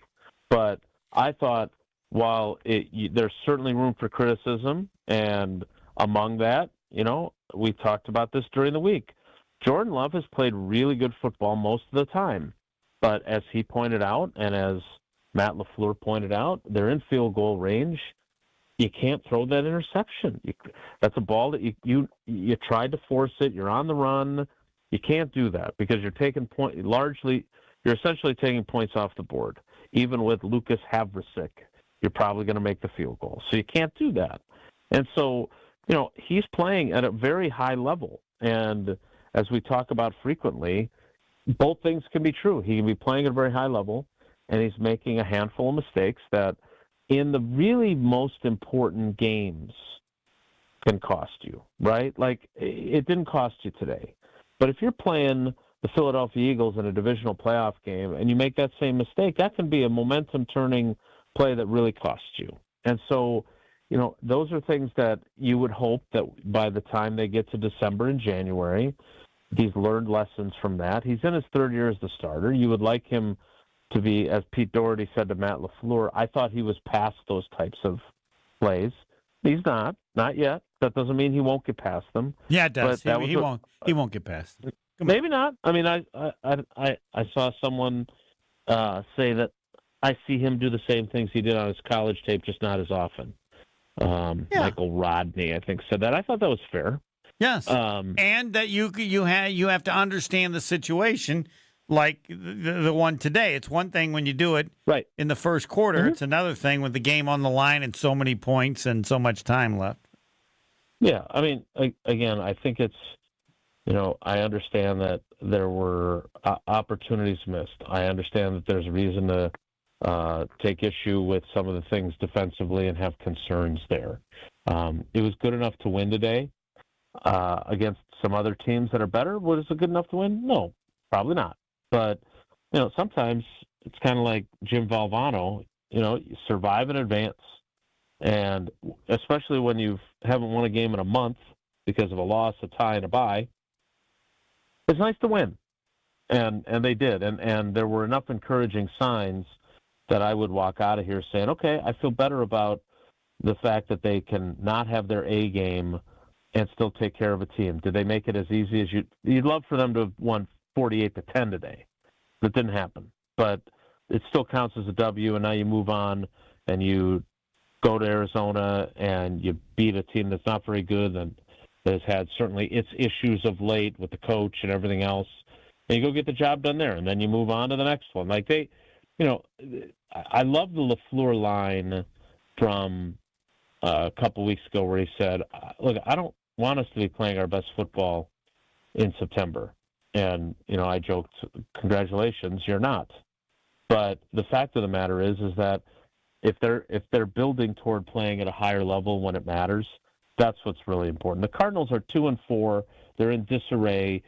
You have to win the games you should win. And so they did that today. They should go to Arizona and win that game. And then you've obviously got some opportunities with some other teams before you start running into the heavy hitters down the schedule. What's injuries? Van Ness is at the top of the foot injury or not? Or yeah, no. I asked about Van Ness, and Matt LaFleur said that he didn't break anything, so that's a positive. But he could have, torn his plantar fascia, which would sideline him for quite a while. So feet are a problem. Feet are backs. So he will. He's getting an MRI tomorrow. He was in a walking boot and crutches after the game. And what sucks for him is that, he was largely invisible in Dallas, and he had been largely invisible for most of the day today. And then he finally gets a sack, makes a great play. I mean, he blew the doors off that left tackle. I mean, that was not Micah Parsons helped him get a sack. That was him winning at the line of scrimmage in a split second. And then shortly thereafter, you see him leaving on a cart. As far as Micah Parsons, I said earlier on the show when Tauscher was on that I'm a little disappointed in his impact to this point. Not a lot disappointed, but did he play today? Was there any point in which you go, wow? No, it just I guess it made it tougher, but they turned a 100-year-old quarterback into a quarterback rating of 108. And he shot his age. Yes, it's the golf thing. After a first half and when they had a grand total of about 30 yards. His quarterback rating in the second half was 107.9. I'm guessing in the first half had to be about 40. So what just doesn't. Yeah, look, I would say this, and obviously I've gotten during my time here to cover some Hall of Fame caliber defensive players, right? I mean, Reggie White and Leroy Butler and Charles Woodson. And as great as they were, there were games where they didn't have an impact, right? And in fairness, I wasn't here for the early days of Reggie. Like, my first year was 96, so he had been here for 93, 94, 95. The new car smell of an acquisition like this, we didn't have that with Charles Woodson because Charles Woodson, he was like a grocery store before a hurricane. Like, he was the last bottle of milk on the shelf, right? He ended up becoming a much greater player. He became a Hall of Famer here. Like if his career would have continued with the exact same trajectory as it was with the Raiders, he's in the Hall of Very Good. But when he got here, he was a malcontent. He didn't want to be here, and he didn't embrace being here. And then the light clicked on, and he was freaking awesome. So, but there wasn't the, oh my God, they gave up 2 first-round picks and Kenny Clark to get this dude expectation. I wasn't here for the Reggie part. Leroy Butler was drafted while I was still in high school. So I didn't see what the expectations were for Reggie up close in 1993. But I know he had a game, I think it was in 93, where he sacked John Elway twice late in the game to win the game. Yes. I think Micah Parsons is probably going to have one of those moments this season. But today, yeah, I thought the same thing. I was like, God, I went from the last time I was sitting in my seat in the press box, because again, they hadn't been home and I don't travel anymore. The last time I sat in my seat in the press box, I was charting every play that he was in for. Today, I didn't bother to do that. And frankly, he didn't do anything where I was like, oh, shoot, I got to make sure I make note of this because, do I think he probably had a pressure or two that he'll be credited for upon film review? Sure. But he certainly was not a major impact player today. And there's going to be games like that, just like Aaron Rodgers had games where he threw for 211 yards and had a pick along with a touchdown, and he had a middling passer rating. Sometimes that happens even with great players. Talking with Jason Wilde, I did mention, I guess I should have done do the proper mention for Orthopedic Associates of Wisconsin with the injury report. There is a difference. Yep. Visit orthowisconsin.com today for info. Did they leave out any other injuries, or how's Zach Tom feeling? I saw Zach Tom. I really enjoy Zach.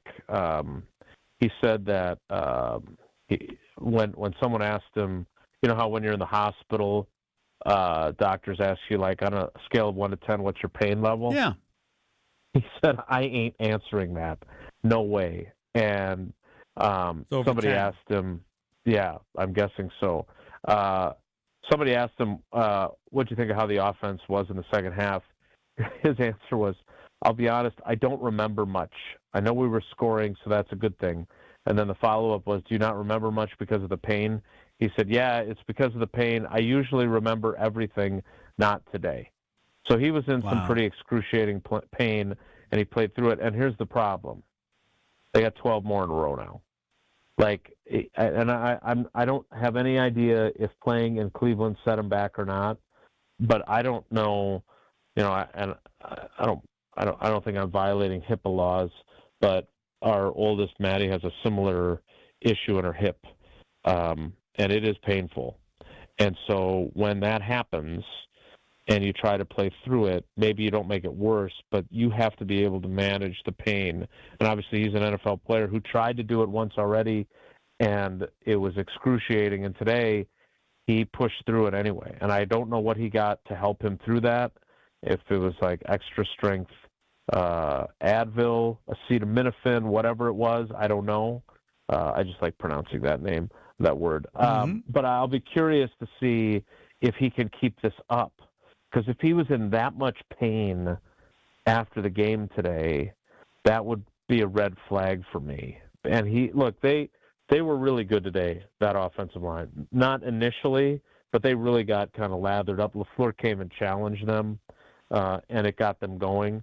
But this is what happens when you can get your best 5 out there. And they clearly see Jordan Morgan as one of their best 5, and now it's Sean Ryan as kind of the 6th man. But I thought one of the most interesting things LaFleur said to us, because I asked him, the fact that you went with the rotation for one series, basically. I mean, Sean Ryan played one series at right guard. Is that because you were so confident that Walker and Banks and Tom were going to play? And he actually said no. He said it was because that they decided that they were going to have a backup for each of those guys in place. And that is a change in philosophy. He said, essentially, we have to stop doing this to Jordan Morgan. And so what they did was exactly what Brian Bulaga said. Correct. So with Zach Tom, if he had to come out, Darian Kennard would have taken over. Now, I'm going to guess that if Rasheed Walker hadn't been able to finish, Jordan Morgan would have probably taken over there. I don't know who else their option would have been. But, like, if Aaron Banks wouldn't have been able to finish, I'm guessing they would have just chosen between Morgan and Sean Ryan and just put one of them there and the other one still at left guard. So, or at right guard. So I thought that was a really interesting shift for a group that just is always talking. I mean, because, you know, we had asked, I had, and then I think Pete Doherty had asked Stenovich, same thing, like, are you guys asking too much? Are you spreading them too thin? And LaFleur basically said yes. So this was coming. And now, again, I don't know what they're going to do, because if Zach Tom is going to have to play through this for a long time, and if he was in that much pain today, I don't know how it gets better. And at some point, you wonder if the pain's going to be too much. He's not going to be able to finish a game. Yeah, I guess, yeah. I bet that happens again. All right, last two quick ones. Tucker Kraft was targeted twice. I'm going to target him more than that, even if he's not in the game. I don't comprehend Tucker Kraft with 2 targets. I don't. No, one of them was a touchdown. I understand. 2. Tucker, you tell 2? Tucker Kraft should have. I mean, I don't know. Maybe that's just how he runs things. Isn't he too good? Well, no. I mean, Jordan Love threw 26 passes. Right. Right? He ran, 6 times? He had the kneel down at the end. So there were plays that obviously were supposed to be passes. He had 1 quarterback sneak, so that's another one. So there's maybe 5 more attempts there that he ended up running on instead of throwing. Look, he targeted Romeo Doubs 9 times. And Golden 5. So and Josh Jacobs 5. Right. And so when you do that, there's not a whole lot left, right? I mean, Wicks was caught, both balls were thrown to him. Kraft did the same thing. Like, you know, when they say it's game to game, it's actually really true. And so, you know, now I don't get is that. Is there a reason to say, all right, I don't care what our dispersion of opportunities is. We have to put Tucker Kraft as the number 1 option on more plays. Yes. So he gets 4 targets. I think that's a reasonable position to have. But again, he had a 24-yard catch, and then he had a 19-yard touchdown. Right, he's targeted twice. He has 2 catches for 43 yards. Let me see. I think I need to target him more often. If you're catching every time it's targeted to you only twice. I mean, I would argue Golden more than 5 too, because it's clear he's. Okay, well now you want to get him more balls. Like, okay, so you got to. Dobbs isn't getting 9 Peter targets. To pay Paul. No, Dobbs is not getting 9 targets in the future. All right, so they ran 60 plays. Right.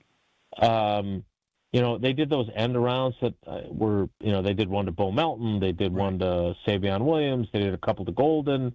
Jacobs had 18 carries. Love had the 5 scrambles, quarterback sneak, and a kneel down. Like, he only had 26 pass attempts. Right. Like, if he has 30, Tucker Kraft probably has 2 more targets, right? And look, the outlier here is Romeo Doubs. I mean, Romeo Doubs having 9 targets, I don't have the numbers in front of me, but there can't be many games over the 2+ years of Jordan Love and all these young guys at receiver and tight end where anybody got that high of a target number. Like, there's probably a game in there somewhere where Jaden Reed had like 10 targets. There's probably a game in there where Wicks did. But today was rare that Dobbs would have 9 targets, one of which was intercepted. So, I mean, would you like Tucker Kraft to be more involved? Abso-blanking-lutely, as Tauscher would say. At the same time, he was very efficient with the 2 opportunities he had, and now you go into Arizona and say, all right, let's try and have a few more plays for him because good things happen when he touches the ball. Yeah, he's gotten better. He keeps getting better and better. And the same thing I would say with Matthew Golden. Yeah, there's nothing not to like about Matthew Golden. He kind of got after us a little bit because I asked him, how do you feel about – because they basically, air quotes, benched him as the punt returner twice in 2 weeks now or twice in 2 games. And he said, you know, I don't like – he basically called people out that are suggesting that he shouldn't do it. And afterward, the group kind of dispersed. I was like, hey, I know you're not talking about me specifically, but I have said that. And the reason why is not – the reason is you're learning how to do this at the NFL level. And you're too important. The fact that you've never done this before, and then we see the plays you made today, I think it's a reasonable thing to say, yeah, I don't think we should do that with him. But he thinks he can be really good at it if he gets the opportunities. But again, he did one today. He fair caught it when he had plenty of space. Like those are like that would be like coming to me and saying, you know, it's not. It wouldn't be like asking me to do like engineering work, like all my college buddies were engineering majors, like and cheerleaders.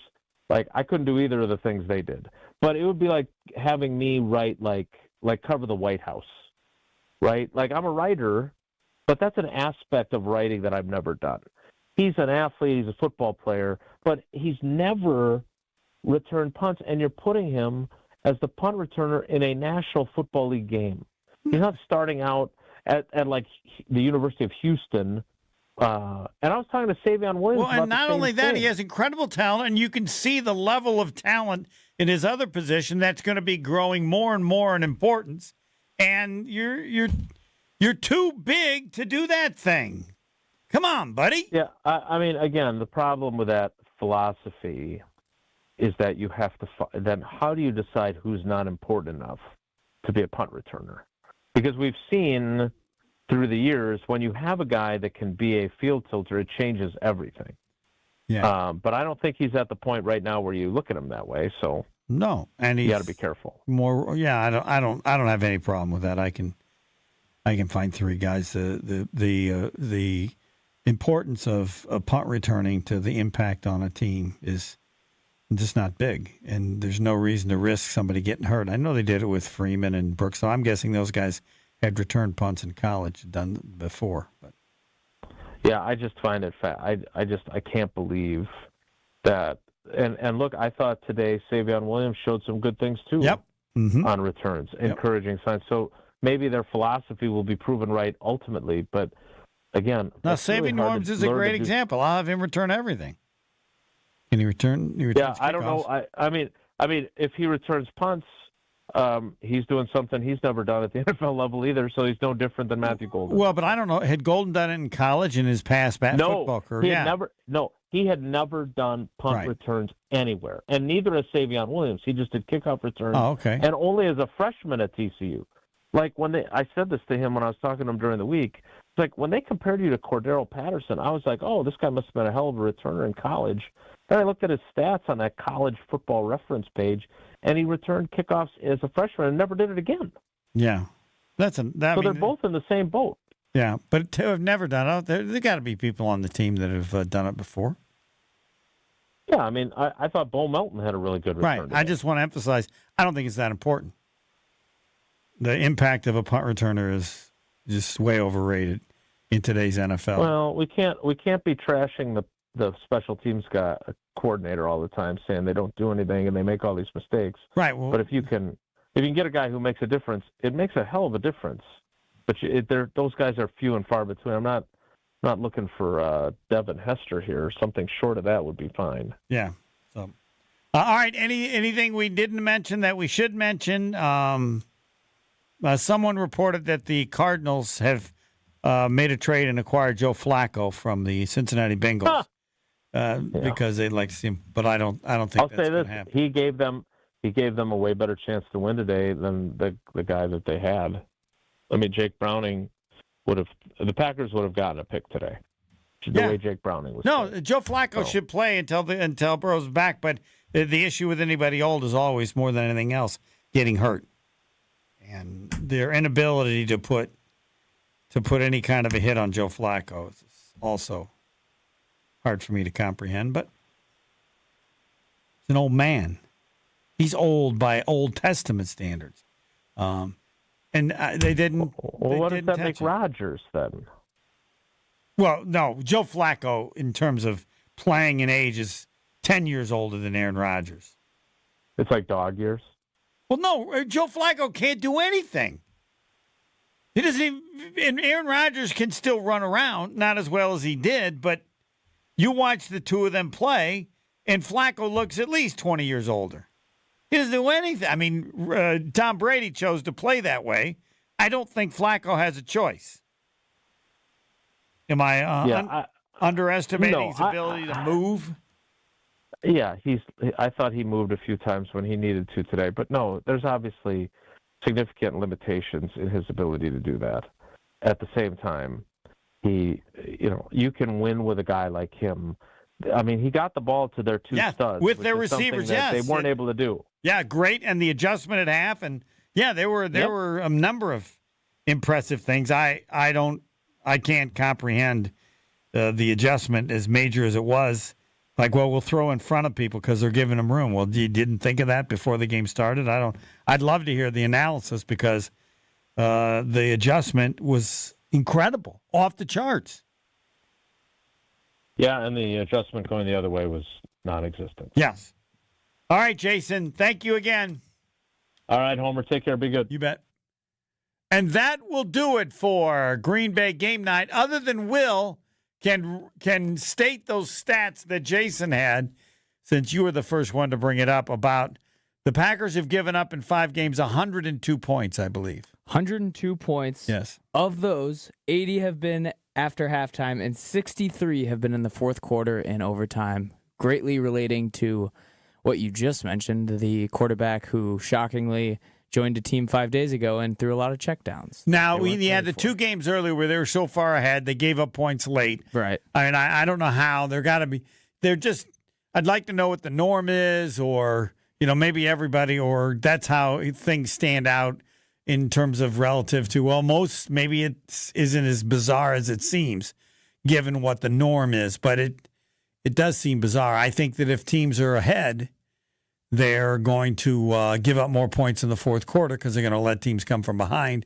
But it can also be like in this case where you just incredible what they could do the second half after doing nothing in the first half. Yeah, and like you said, too, I mean, we talked about it because Jake Browning wasn't playing, but the Bengals lead the NFL in giveaways. Right. 8 interceptions, 3 fumbles. The Packers second to last in the NFL in takeaways with 2. And it's not like the young guy was the first quarterback, the old guy in the second.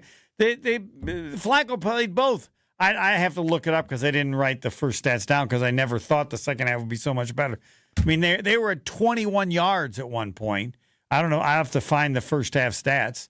I mean, coming into the game, if I had to game plan for one thing against Joe Flacco, it would be exactly what he did in the second half. Was looking for Jamar Chase and T. Higgins on those curl routes and drag routes, which is exactly what he did. Did they not do it in the first half, or it looked like when they tried, they couldn't do anything? No. I think they tried to get their guys open for more deep balls, kind of like gunslinger type, Joe Flacco looking on deeper post routes, but once they dumbed down the offense for him, everything came a lot easier, which if you're the Packers, I thought you'd be expecting that coming into a game like today. And I just looked at the cornerbacks, to me, didn't seem to have a feel for, we're going to put a big blitz on so I can gamble a little bit, or... And sure, there were a couple times Keyshawn Nixon played phenomenal pass defense against Jamar Chase, and he just made an incredible play, which you just have to tip your cap. But for the majority of the time, they were just giving up way too much short yardage plays, which comes back to bite you on that long drive they had to start the third quarter that took up 10 minutes or whatever. Yeah, there were in the second half, there were less than 2 possessions in the third quarter, I think. Mm-hmm. Packers still had the ball in their first possession when the third quarter ended. I don't know that I've ever seen that in the NFL. Yeah. And like you said, too, the Jordan Love, I thought the version of Jordan Love besides that interception was phenomenal today. His mobility got them out of a bind on 2 different big third downs that I don't think I've ever seen. I think we were talking about it. We've never seen Jordan Love move like that before. The elusiveness that he showed in the pocket, I think it was that fake tush push in the third quarter, and the play kind of blew up, and he went around 3 defenders and reached for the first down. But yeah, we've all thought he could. Right. We just didn't see it. And I would also emphasize, and I've said this about assessing his pass play, that so much of it is game, time, score, and assess. The thing that the interception was early in the game. I also think got a long time to play after that. You can't afford to do that late in the game, and he has already shown this many times, his ability to forget and not let that affect play later on. And he made good play after good play. You could argue that they were saying it on TV, could have gone forward and trying to get the first down. But I think any quarterback like him in this game, a regular season game, is stupid to risk injury or, he did it fine. You still only needed 2 yards and they didn't get it. Right. And the interception was bad, but at the same time, we've been saying it all the postgame show. Why didn't Tucker Kraft get more red zone targets? The one time he did get targeted in the red zone, he ran it in for 19 yards. I'm not a play calling guy, but you got great players. Which is weird too, because I feel like for the most part this season they've executed fairly well in the red zone with Dobbs. He's been a big guy for them in the red zone. And you can say a team did this and fine.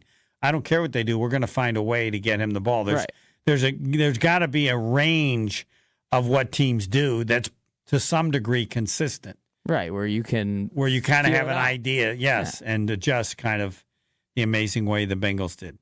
All right, Packers win. The game against Aaron Rodgers is now 2 weeks ago, closing in.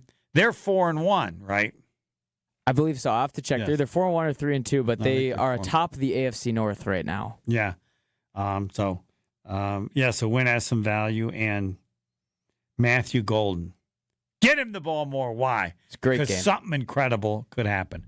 That'll do it for Green Bay Game Night. Be back at it next week, next Sunday, at exactly the same time, because Packers on the road at Arizona with the 3:25 start. Next. Homer for Window Nation. It's October, and if you've got old windows, that means you're back to dealing with chilly air seeping into your home. Eliminate annoying drafts once and for all with Window Nation in Milwaukee.